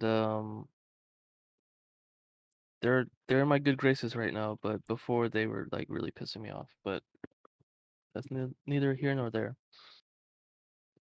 And with that said, the hot or not, it's gonna be the wife who's at the dental office. Nice. They know who they are. Yeah, if you're watching this, Will's about it, dude. Yeah, See you in 6 months. Well, actually, I gotta be back there in a couple weeks, but Oh, good for you, dude. yeah. Show them this But, podcast. I think I will. Other than that, I mean, I think that's it. Hot or not, there's a week. Call out. Yeah, I see figure you. ready to go. I see you, Oscar. That's a good one too, man. All right. So, Oscar, you got good taste, man. Anyways, hot or not, dude, is just all the library milfs, man. Thank God that they're coming in, dude. I don't know why they're dressing the way they are now. I guess it's getting a little bit warmer in Escondido, but big ups to all the library milfs. Thank you guys for coming in and making my day better. Bitch calling is basically all of FGC Twitter, dude. It's just the biggest fucking waste of time just to read this shit, man. It drives me fucking crazy, man. Nobody knows shit. Nobody cares if you canceled your pre-order. Nobody cares who sucks. Nobody gives a fuck about these money matches. Worry more about your local scene than you are about Yep. stupid shit that you have no control over, and just shut the fuck up on Twitter. Just don't do it. Just quit filling my feed with this bullshit and let it get back to OnlyFans girls. So you're all bitches, and for the Ebony Goddess of the Week, it is gonna be she's been featured a lot, but I'm feeling it, dude. Narissa Irving, she is the Ebony Goddess of the Week. So yeah, that's all I got. Very nice. Wait, I got one more thing. Go for it. Okay. Cody, Yes. you know Paisley Page? Yeah. There he goes, dude. What about her, dude? She's getting P buff, man. Yeah, she's getting after it. Hey, man, she has a scene with Val Steele, man, and that's a pretty good one, dude. And I cried. I didn't cry, but when she got sad because everyone was calling her Sid the Sloth or she looked like she had Down syndrome, I felt bad for her, dude.